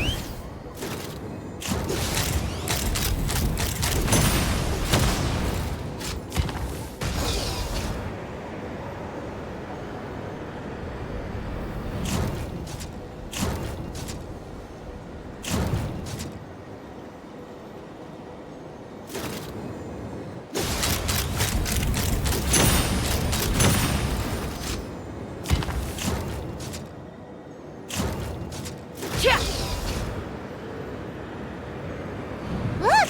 There's a chunk of solid phlogiston right over that spout!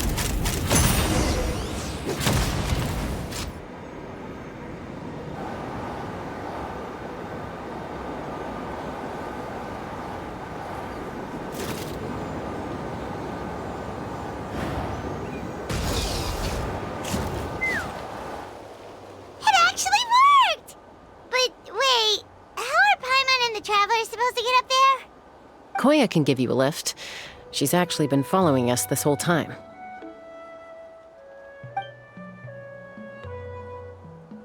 Wow, Paimon didn't notice at all.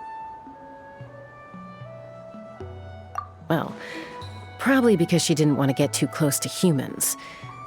Or maybe just me. But right now, we need her power.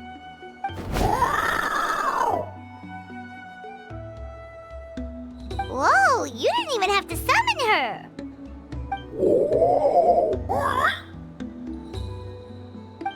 Yes, up there. That's probably where Chime is. All right, let's go have a little talk with this T'Pol.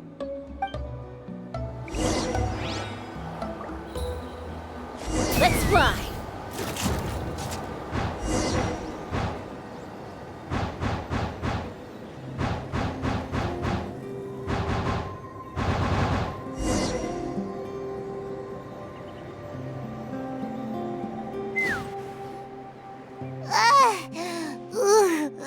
Haven't ever flown that fast before. She feels so ready to throw up. Aha. Just as I thought. It might look like a regular hot air balloon from the outside, but up close, it's clearly been heavily remodeled. And sure enough, it only descended below the cloud line because the custom-built machinery malfunctioned. I should be able to figure it out with T'Pol's notebook. Thankfully, I know a little DIY from fixing up my guns when they're having issues. That should just about do it. Now all it needs is a nice hard kick. Maybe that works on your guns, but, huh? We're really moving!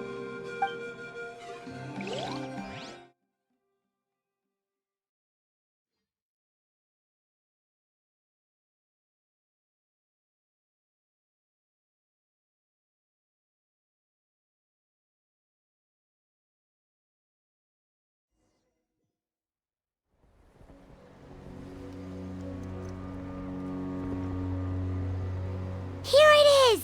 The workshop in the sky! Oh, you gotta see it to believe it. Makes you wonder why T'Pol even bothers with phlogiston wings when he has tech like this. Well, according to the notebook, the platform beneath us runs on components from the Cinder City. Those can't be mass-produced. Also, I have some doubts about its mobility after seeing how it moved just now. For someone like T'Pol who dreams of flying freely, this definitely doesn't cut it. But if he's got that relic, he should be able to make a set of prototype wings for himself, right? Why bother making a whole flying workshop so he can mass produce them?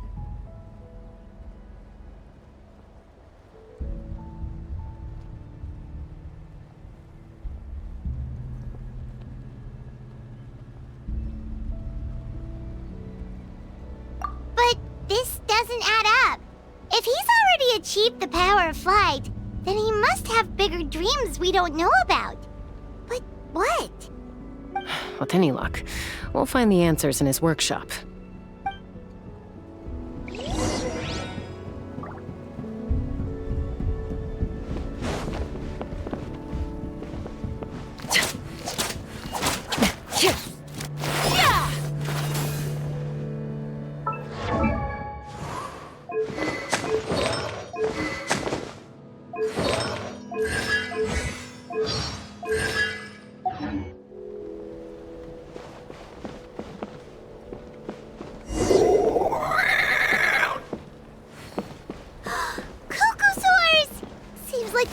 Were right. T'Pol's using them for his own ends. I'll bet that mechanism on top of the cage opens the door.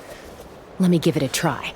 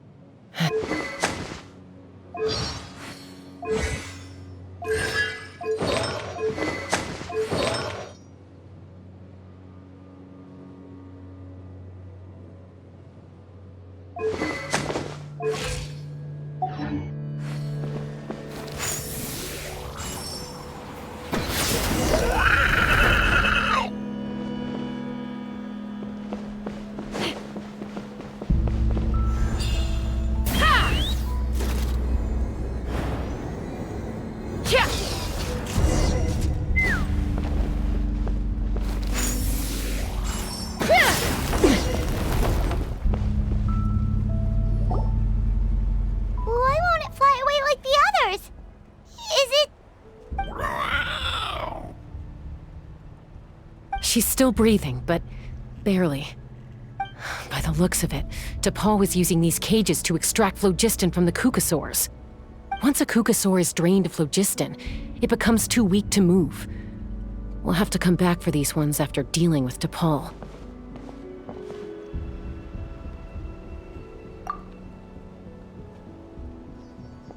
Let me see.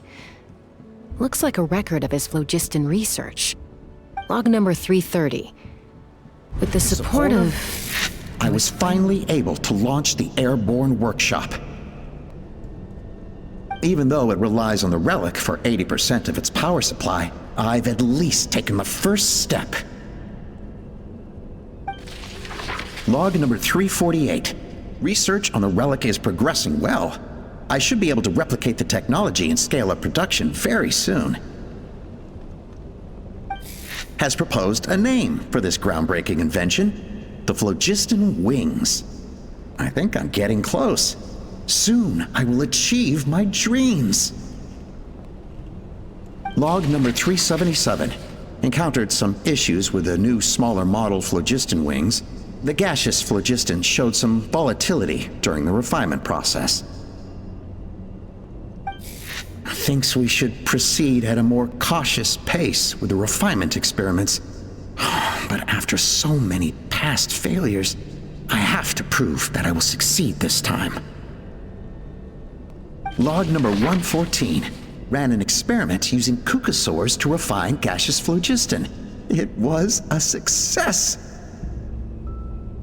Log number 117. I have started recruiting merchants and hunters to capture wild Kukasaurs. Log number 121. Major breakthrough in the efficiency of phlogiston yield. Huh? So many parts have been crossed out!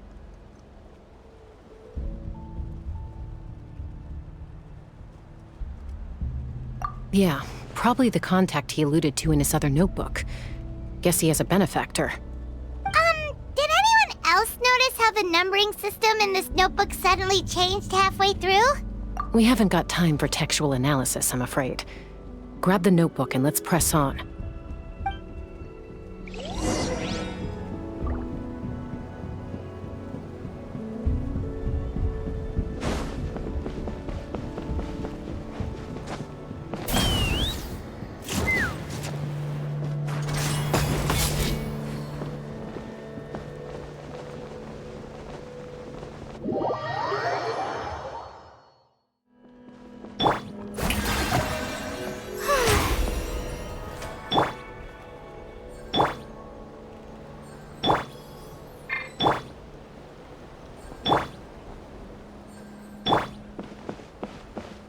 Let's fly!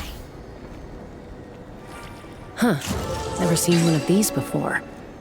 Looks like this was built with the Cinder City components, too. You're not thinking of giving it a nice hard kick, are you?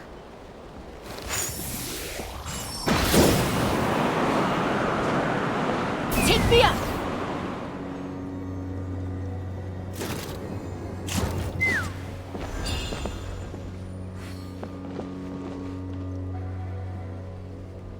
Let's fly! Yeah! Whoa!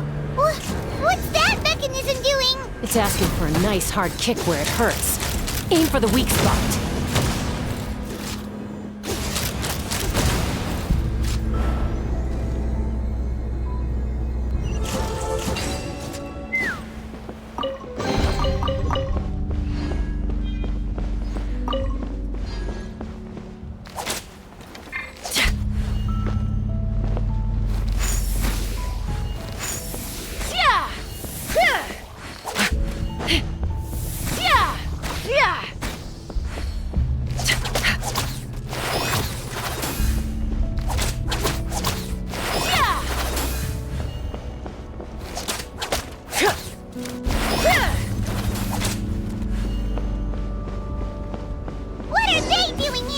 It's T'Pol's henchman.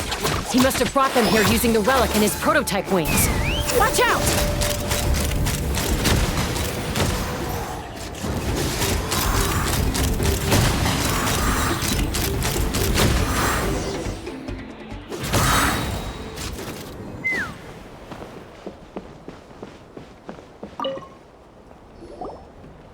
Hey, look here! More of T'Pol's notes!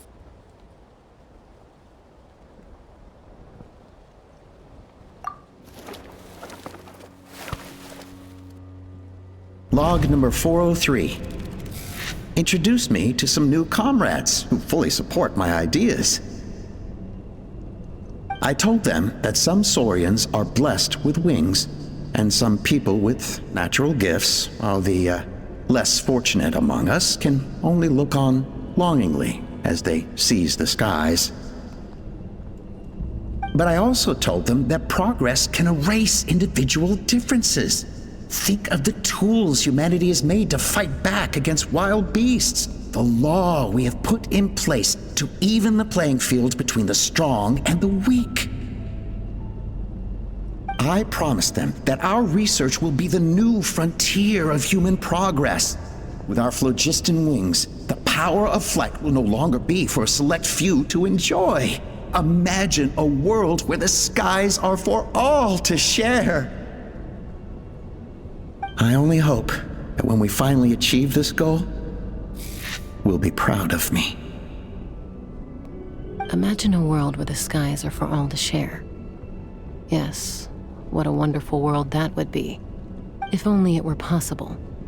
We could respond faster, and so many tragedies could be prevented. But T'Pol, what about the Saurians you're draining dry of phlogiston? You're not sharing the sky, you're stealing it! Bad move. I won't let you get away with it.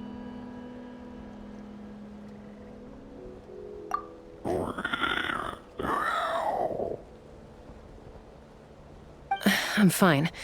Let's keep moving. I don't think we'll find anything else here.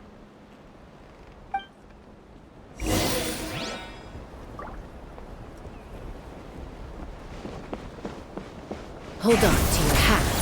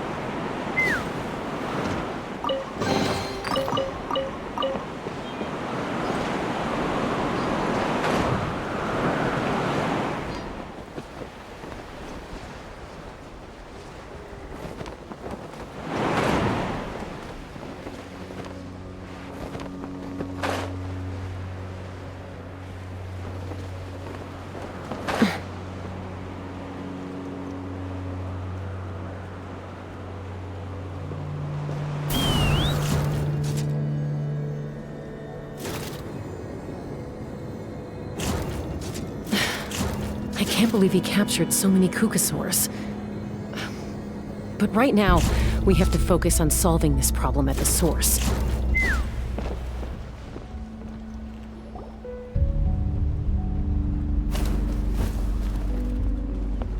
Looks like we've reached the center of the workshop.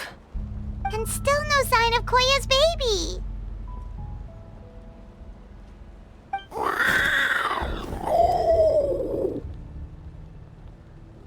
Let's search this area for now. If we still can't find Chime, we'll double back.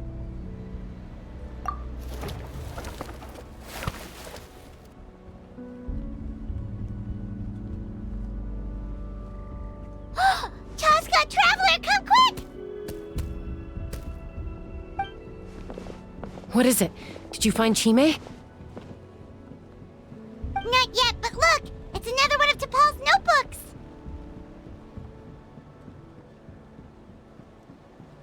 All right.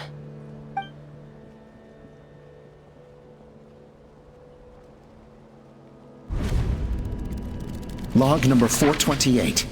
We decided to restart the experiments on phlogiston refinement, but without telling. This is the final obstacle to the success of the Phlogiston Wings project. We cannot fall at the last hurdle.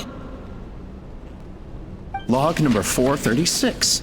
Earlier today, suggested using Kukasaurs as an intermediary to extract refined phlogiston. It's certainly feasible, but...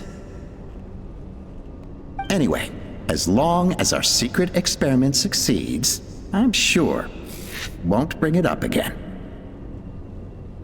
Log number 443. We will conduct the experiment tomorrow. Well, birthday is coming up, so hopefully we'll have a birthday surprise for her. Log number 444.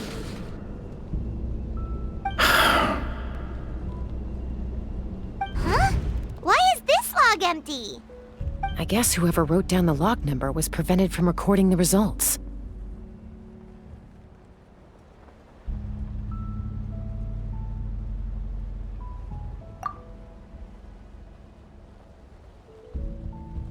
Log number 0.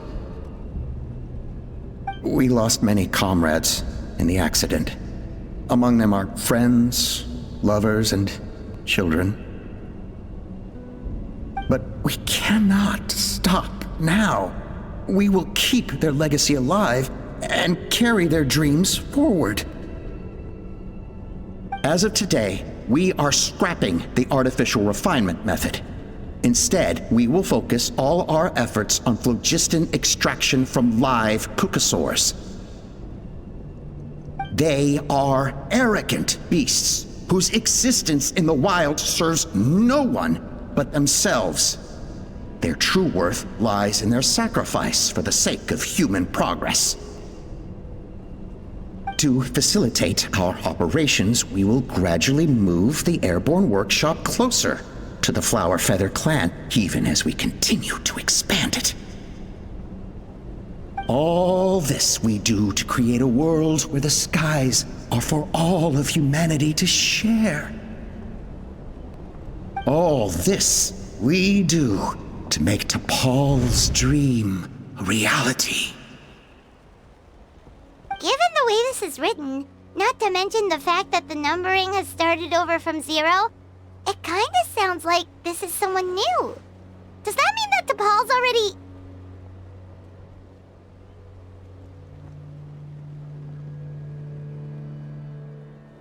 There's also a letter tucked in the end of the notebook. It's from Puma.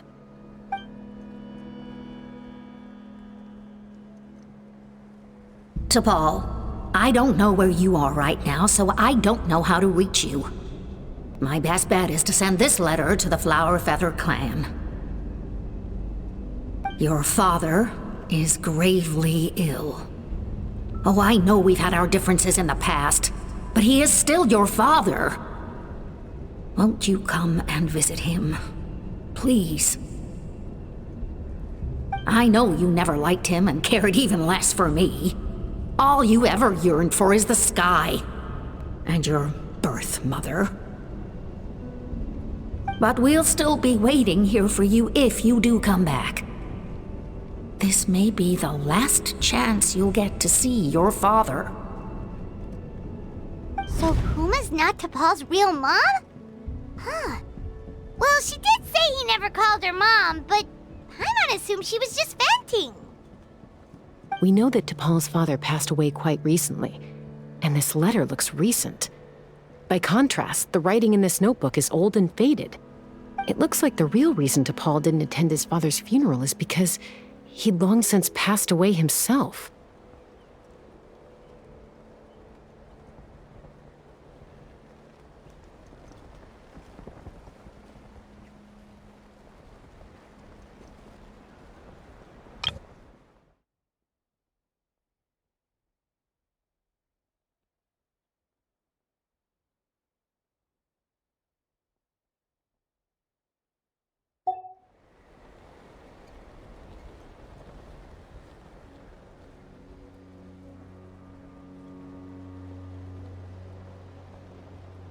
If we ask ourselves why this letter was sent to the Flower Feather clan, why T'Pol always yearned for the sky, and how he got his hands on a relic from the Cinder City.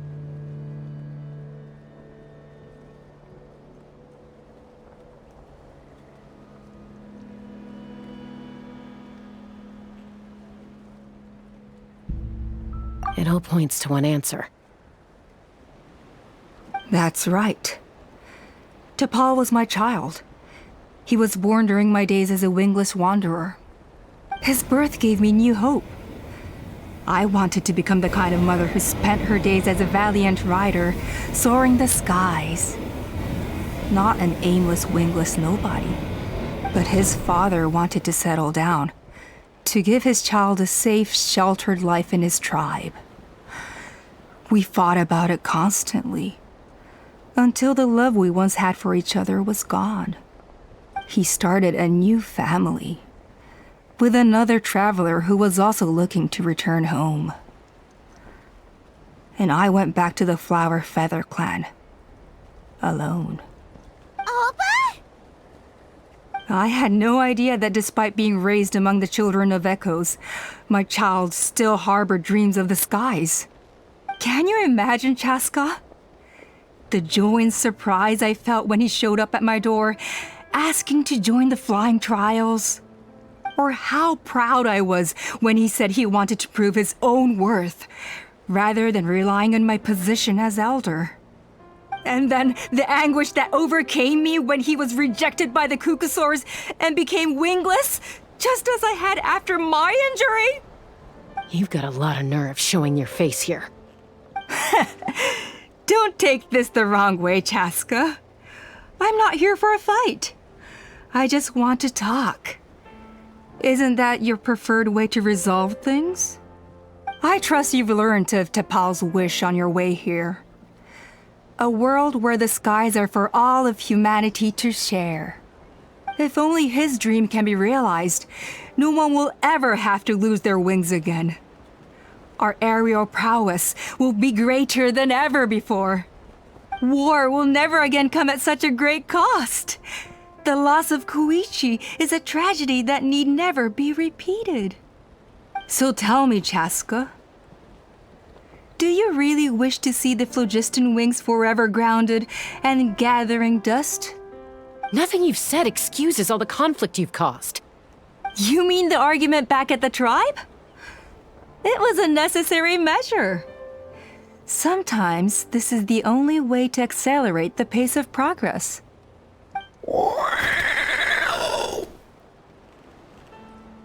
Is a mother harming her children when she coaxes them into swallowing a bitter pill? Of course not. It is a brief moment of suffering for the greater good, and the child would come to understand this in due course. The phlogiston wings are that bitter pill. We will never progress as a tribe if we cling to the scraps the Cucusaurs offer us. Once the people have embraced the phlogiston wings, they will never look back, even if they learn how the refined phlogiston is sourced. They will convince themselves that the sacrifice of a few cuckoosaurs is a small price to pay for our dominion over the skies. But this I had not anticipated. I barely had the chance to introduce the phlogiston wings to the tribe before you found this place. Your plan was hardly foolproof. Yet, it can still be salvaged. Chaska, traveler, you are the hope of humanity. I'm sure you have your doubts about my methods, but know that my love for humanity and for Natlan is genuine. You know me, Chaska.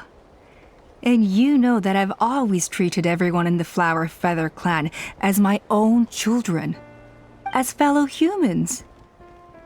Surely you can understand my perspective.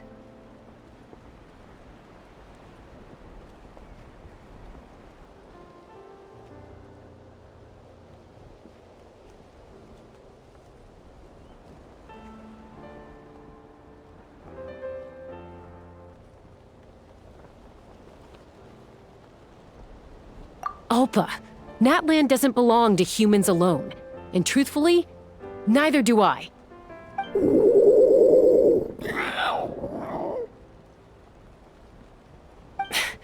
How many times has the Abyss invaded Natlan now? And yet despite how much stronger it is than us, Natlan still stands as a nation of humans and Saurians. Peace imposed by force will crumble in a matter of days, because social bonds are what hold a civilization together. Weren't you the one that taught me that? And yet you would break the bond we share with our Saurian companions to take more power for ourselves? That's as stupid as hacking your own arm off to use it as a club. They are wild beasts, driven purely by instinct.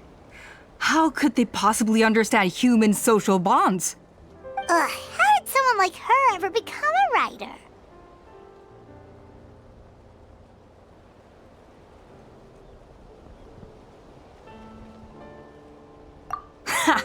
You overestimate them. They bow to the strong and shun the weak. That's all there is to it. They never gave Tepal a second glance when he was at his lowest, nor me when I returned injured from the Cinder City. It's all about survival of the fittest for them. Plain and simple. They obeyed me once I proved myself stronger than them, but the moment it serves them better, they'll abandon me in a heartbeat. You're wrong, Alpa. They only reject the wingless because they don't want to fly anyone to their death. Chaska, I will promise you this. Only the unruliest wild cuckoosaurs will be used for phlogiston extraction. The ones who have nothing else to offer to humanity. Well, that's too bad. Because I know a few unruly wild cuckoosaurs who don't think that idea is gonna fly. Namely my mom, my sister, and me. And the others? To us, they're friends, family, even children. So if you want to put any of them in one of your cages, you're gonna have to go through us. Is that right? I knew you might be difficult to convince. Maybe this will change your mind.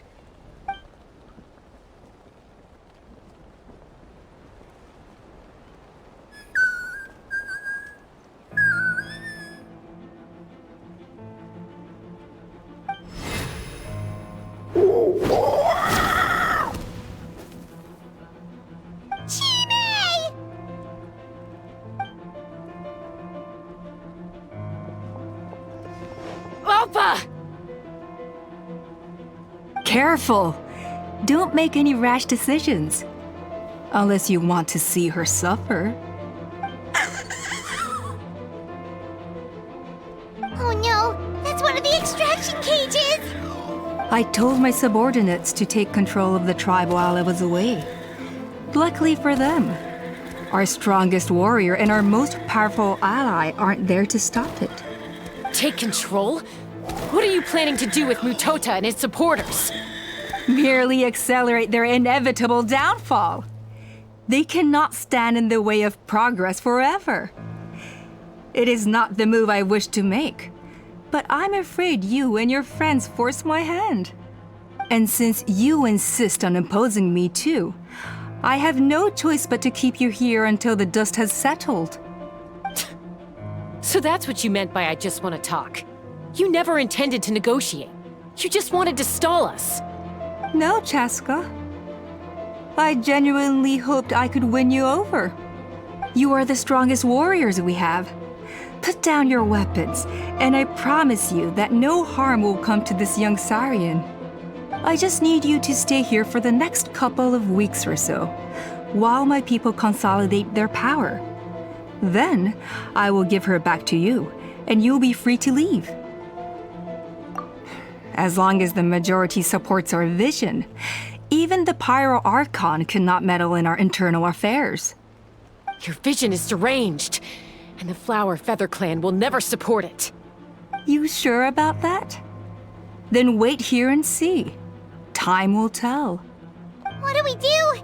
Even if the whole tribe fights back, Mutota's in grave danger!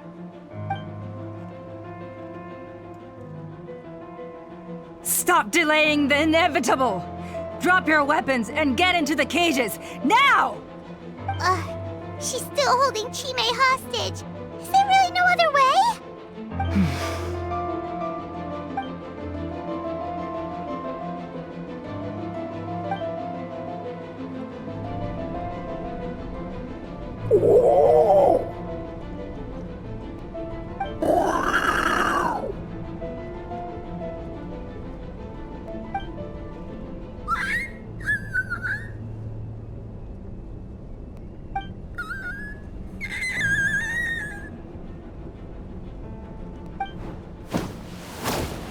Koya?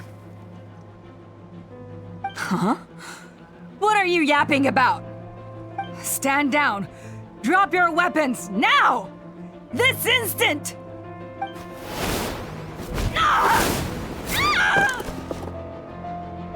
No! The relic!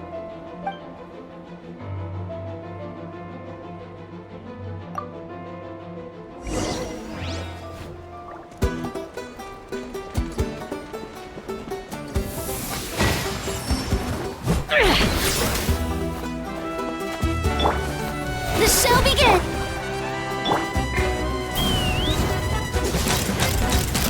Open fire! Open fire! Bullseye! Give up, Alpa. We're negotiating my way now, and this ain't your strong suit. Shut up! Just shut up! Hey, something's up with this relic!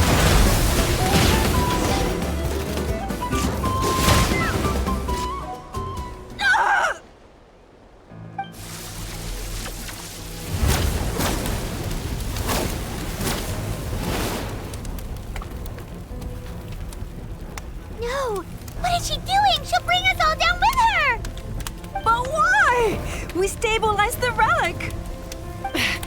Maybe it got damaged in the fight. If we don't think of something fast, this whole workshop is gonna fall apart. No. They're directly beneath us.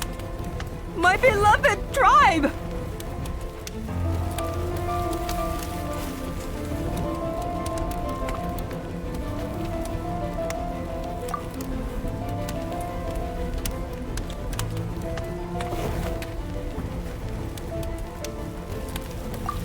Okay,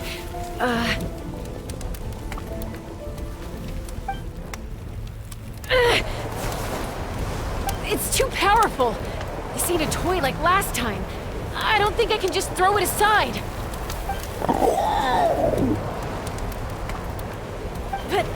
But we need to get it far away before it explodes. Then the tribe will be safe, and so will this workshop.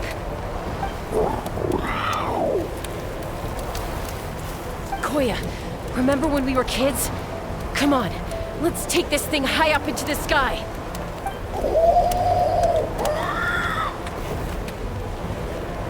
Don't worry, I know I can get rid of it before it explodes.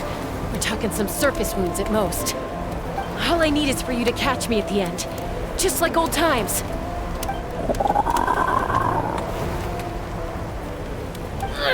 I can't hold it back anymore. We have to go! Don't be insane!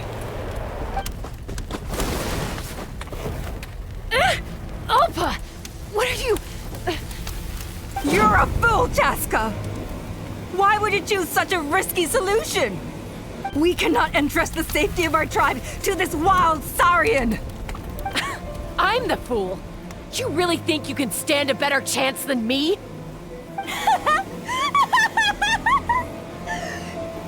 Sure, it may be asking too much for an ex-wingless to escape the blast radius in time. But I can fly it a safe distance away, even if it's the last thing I do.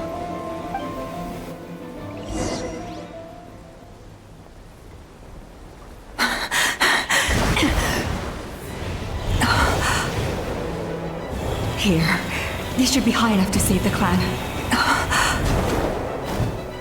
What? You don't get to die a hero today.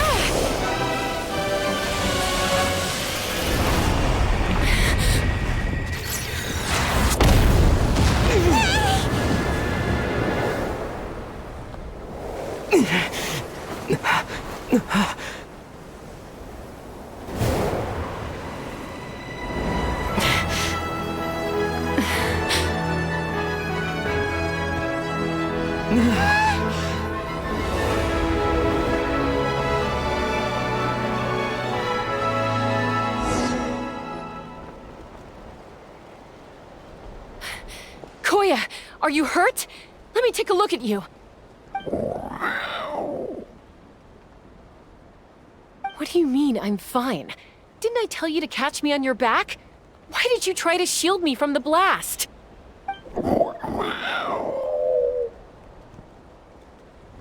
Accident?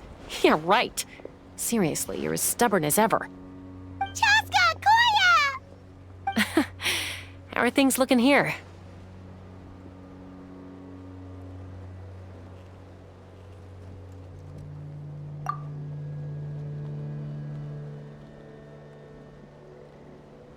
I think that's putting it mildly. I owe you one. Again.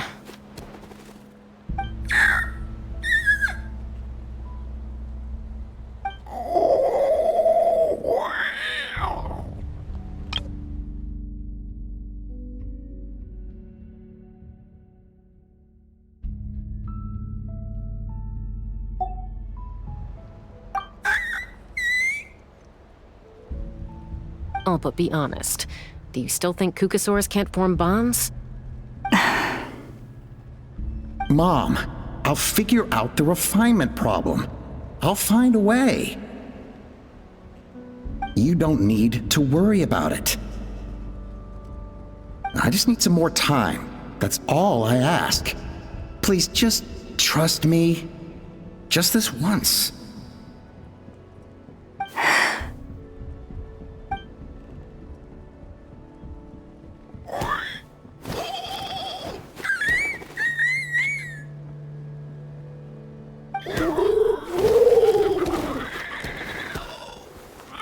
The Flower Feather Clan yield to the strong. And it's up to the winners to define what strength means. So it looks like it's my turn to yield.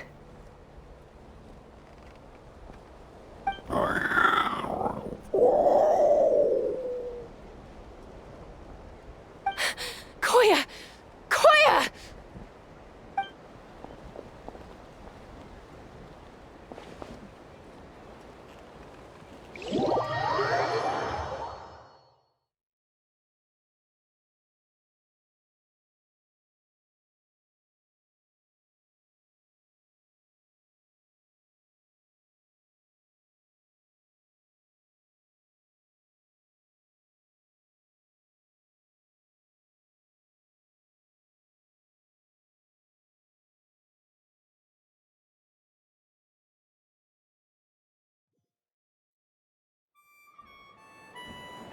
So, you're absolutely sure it's not because of the explosion?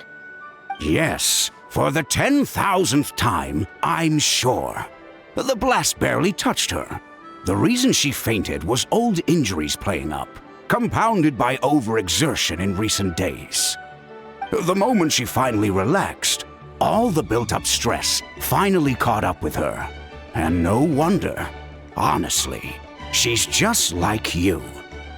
Anyway, now you know how we feel when you go off risking life and limb. Your mother and I would both appreciate it if you lived less dangerously. You know she wrote to me from the Masters of the Night Wind, just to scold me for not doing enough to keep an eye on you. If she wasn't so busy with work, you can bet she'd come back here and chew us both out in person. I'll find an opportunity to apologize to her. I promise. You'd better. No more avoiding us, okay? And don't get me started on all the checkups you've missed. Got it. Got it. Huh? Koya? You're awake. I'll go let everyone know. Hey, but we're not done talking. What are we gonna do with her, Even after everything that's happened, she still hasn't figured out how to start the conversation with you. She keeps saying, I don't think Koya has forgiven me yet. But if you ask me, she's the one who's scared to open up and have an honest conversation. For all her confidence, she's a very sensitive soul underneath. You'd think as a peacemaker, she of all people would know how to reconcile with her family after a falling out. She must have been a handful growing up. Thank you for being there for her. And of course, thank you for keeping her safe when you were up there in the sky. Koya, Uncle Cusco, we're here! Ha! I was just telling her that she's not to go chasing danger with Chaska ever again. Cusco, I understand how you must feel. But it's all thanks to Koya and Chaska's efforts that the airborne workshop didn't come crashing down on our heads. Oh, Paimon almost forgot to ask. They didn't hurt you while we were gone, did they? Thankfully, when her co-conspirators tried to arrest me, I was out coaching Koya and Junan. The two of them were a huge help. They took care of things while I went around rallying the resistance. So, in the end, Alpa's would-be revolt didn't really get off the ground.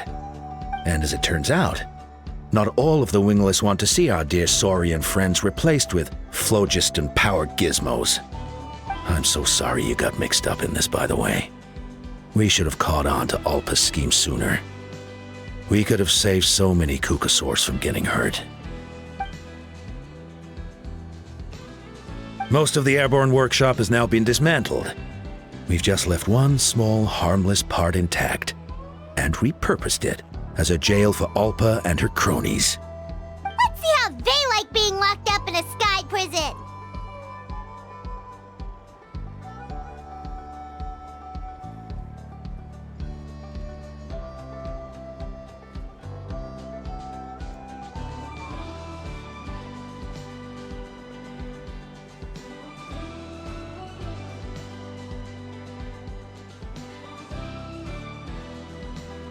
So, it looks like there's just one last conflict left to resolve. Peacemaker, you're up. I said I had to wait until things had blown over, didn't I? And now they have. But I still have no idea what to say. Koya, I just want to say, I'm sorry for how things went down back then.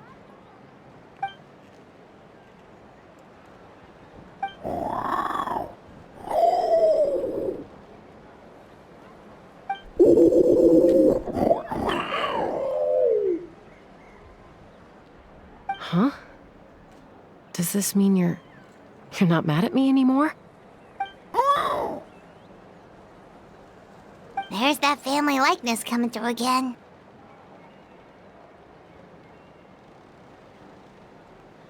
But that day, when we ran into each other...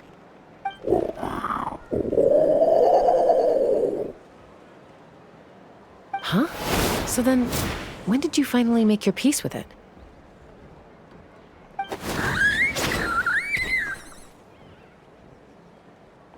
Oh, it's Chime and Chimpu. They're here too.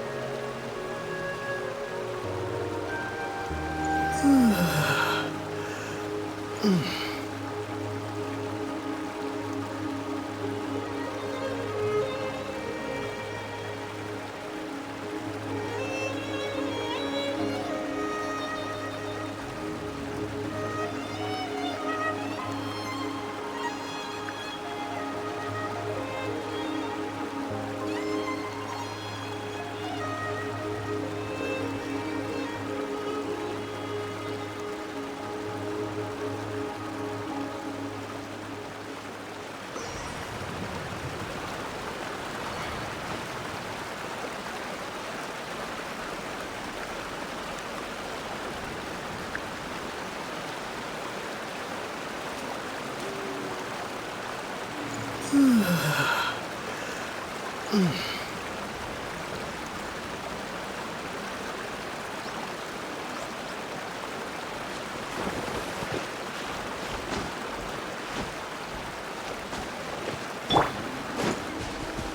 and stop me!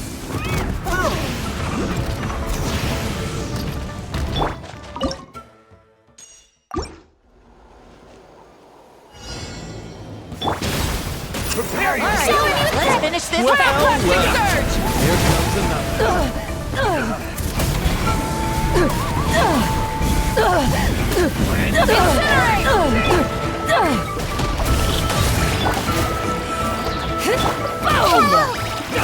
Share my knowledge.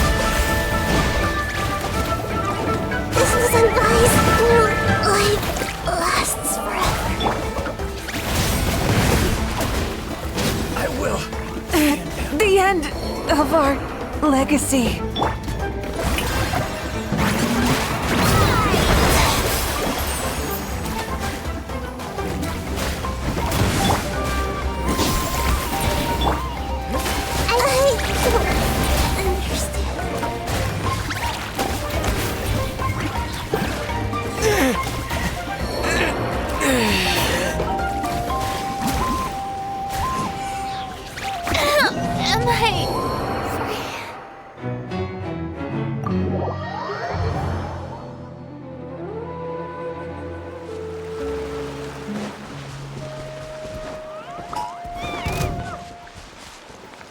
Let's ride!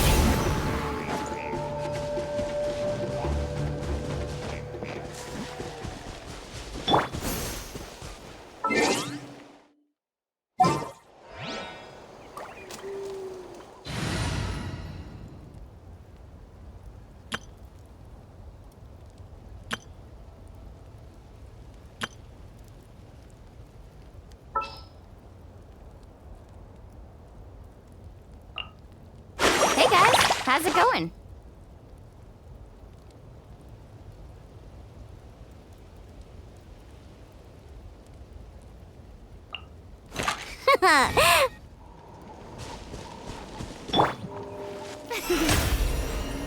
May I present?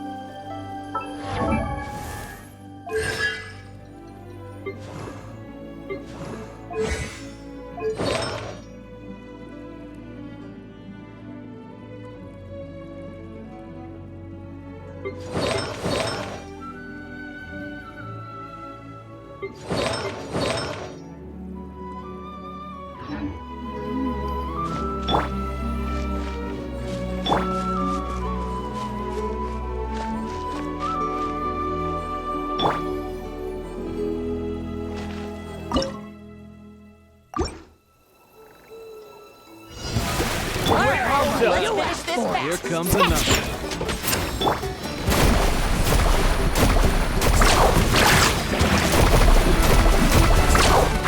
That was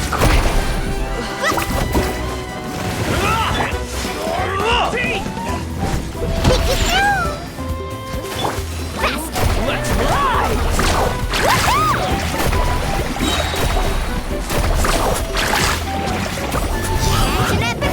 This was new. The show begins! Woohoo! Surf's up! Let's ride! Amazing!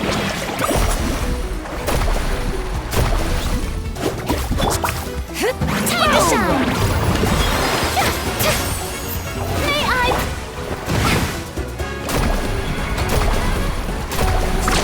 Surf's up!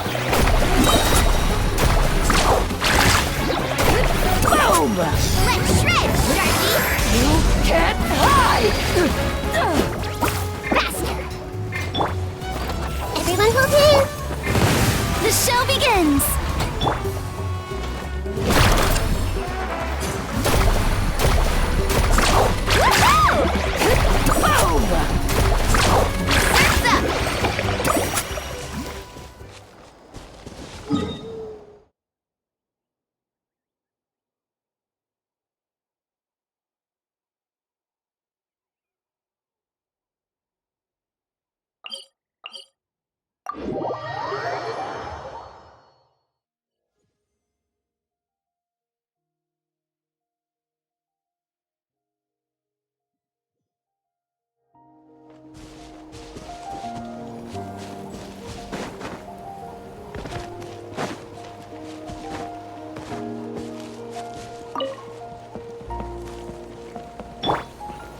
Oh, here comes another one.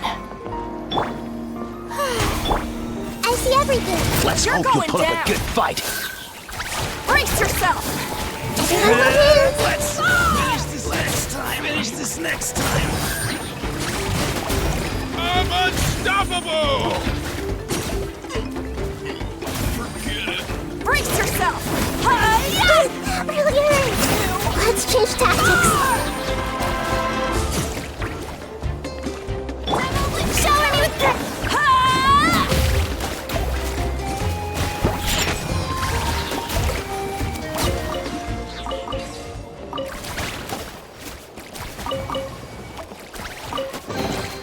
If it doesn't ruin...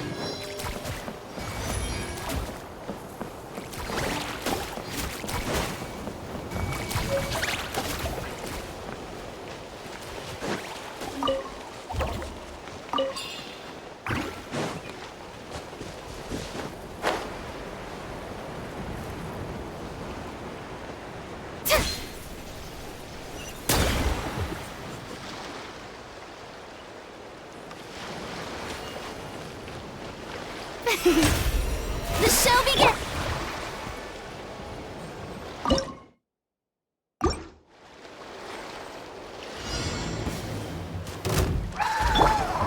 Let's ride!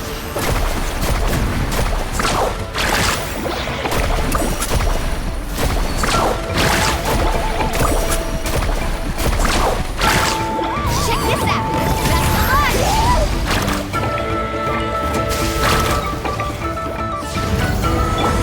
Look at you, Boozehound! Shake and stir! A minute, may I present? Woohoo!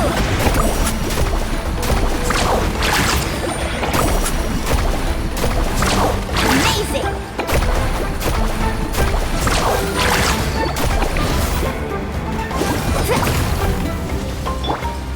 The show begins! Grow! The Temple of Wisdom! Carving waves! Surf's up!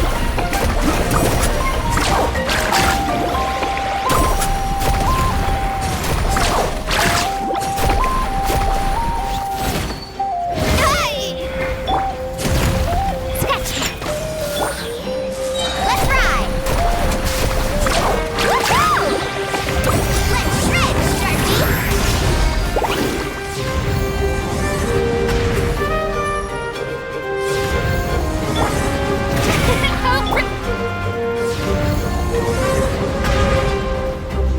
Carving waves! Surf's up!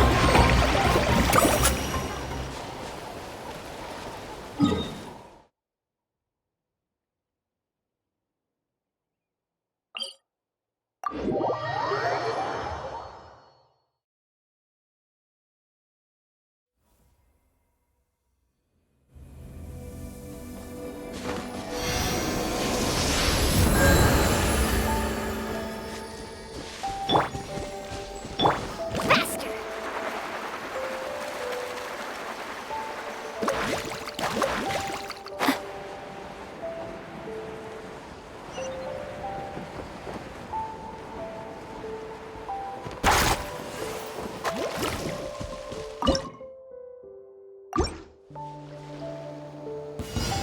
Come on! Let's Show use me your this or you'll get courage! singed.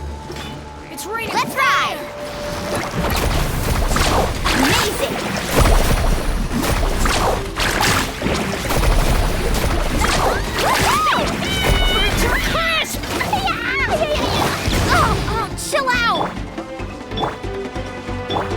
Flying!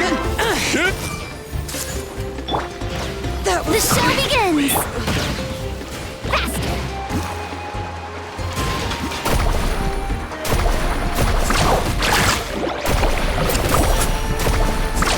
That's up!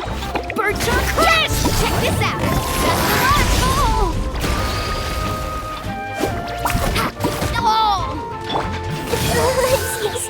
Let's ride! It's raining fire! Amazing! Stop that! Bird Jump Crash! Surf's up! Woohoo! Diana Special! Chip! Yeah! Surf's up! Amazing! Let's shred, Turkey!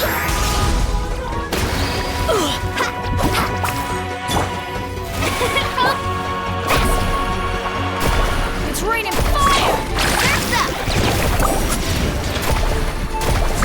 Woohoo! Bird Jump Crisp! Yeah! Ha! Let's ride! Amazing! Grow!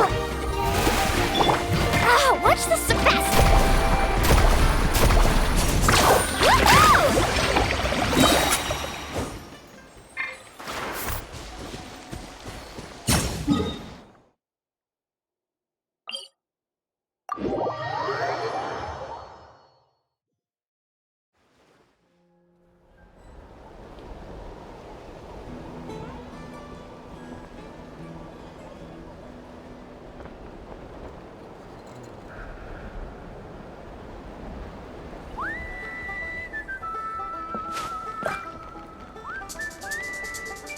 Be prepared and stay safe.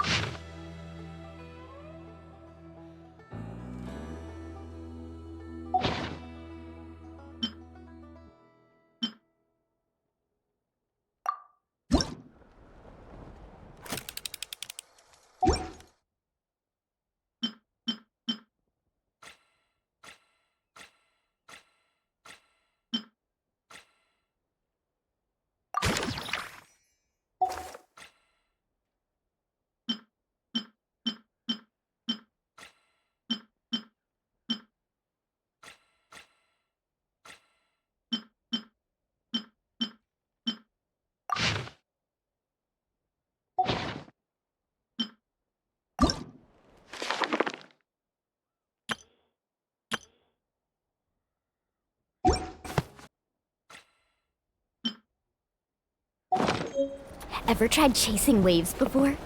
You want to try? Well, come on, no time like the present. I'll help you find the closest beach.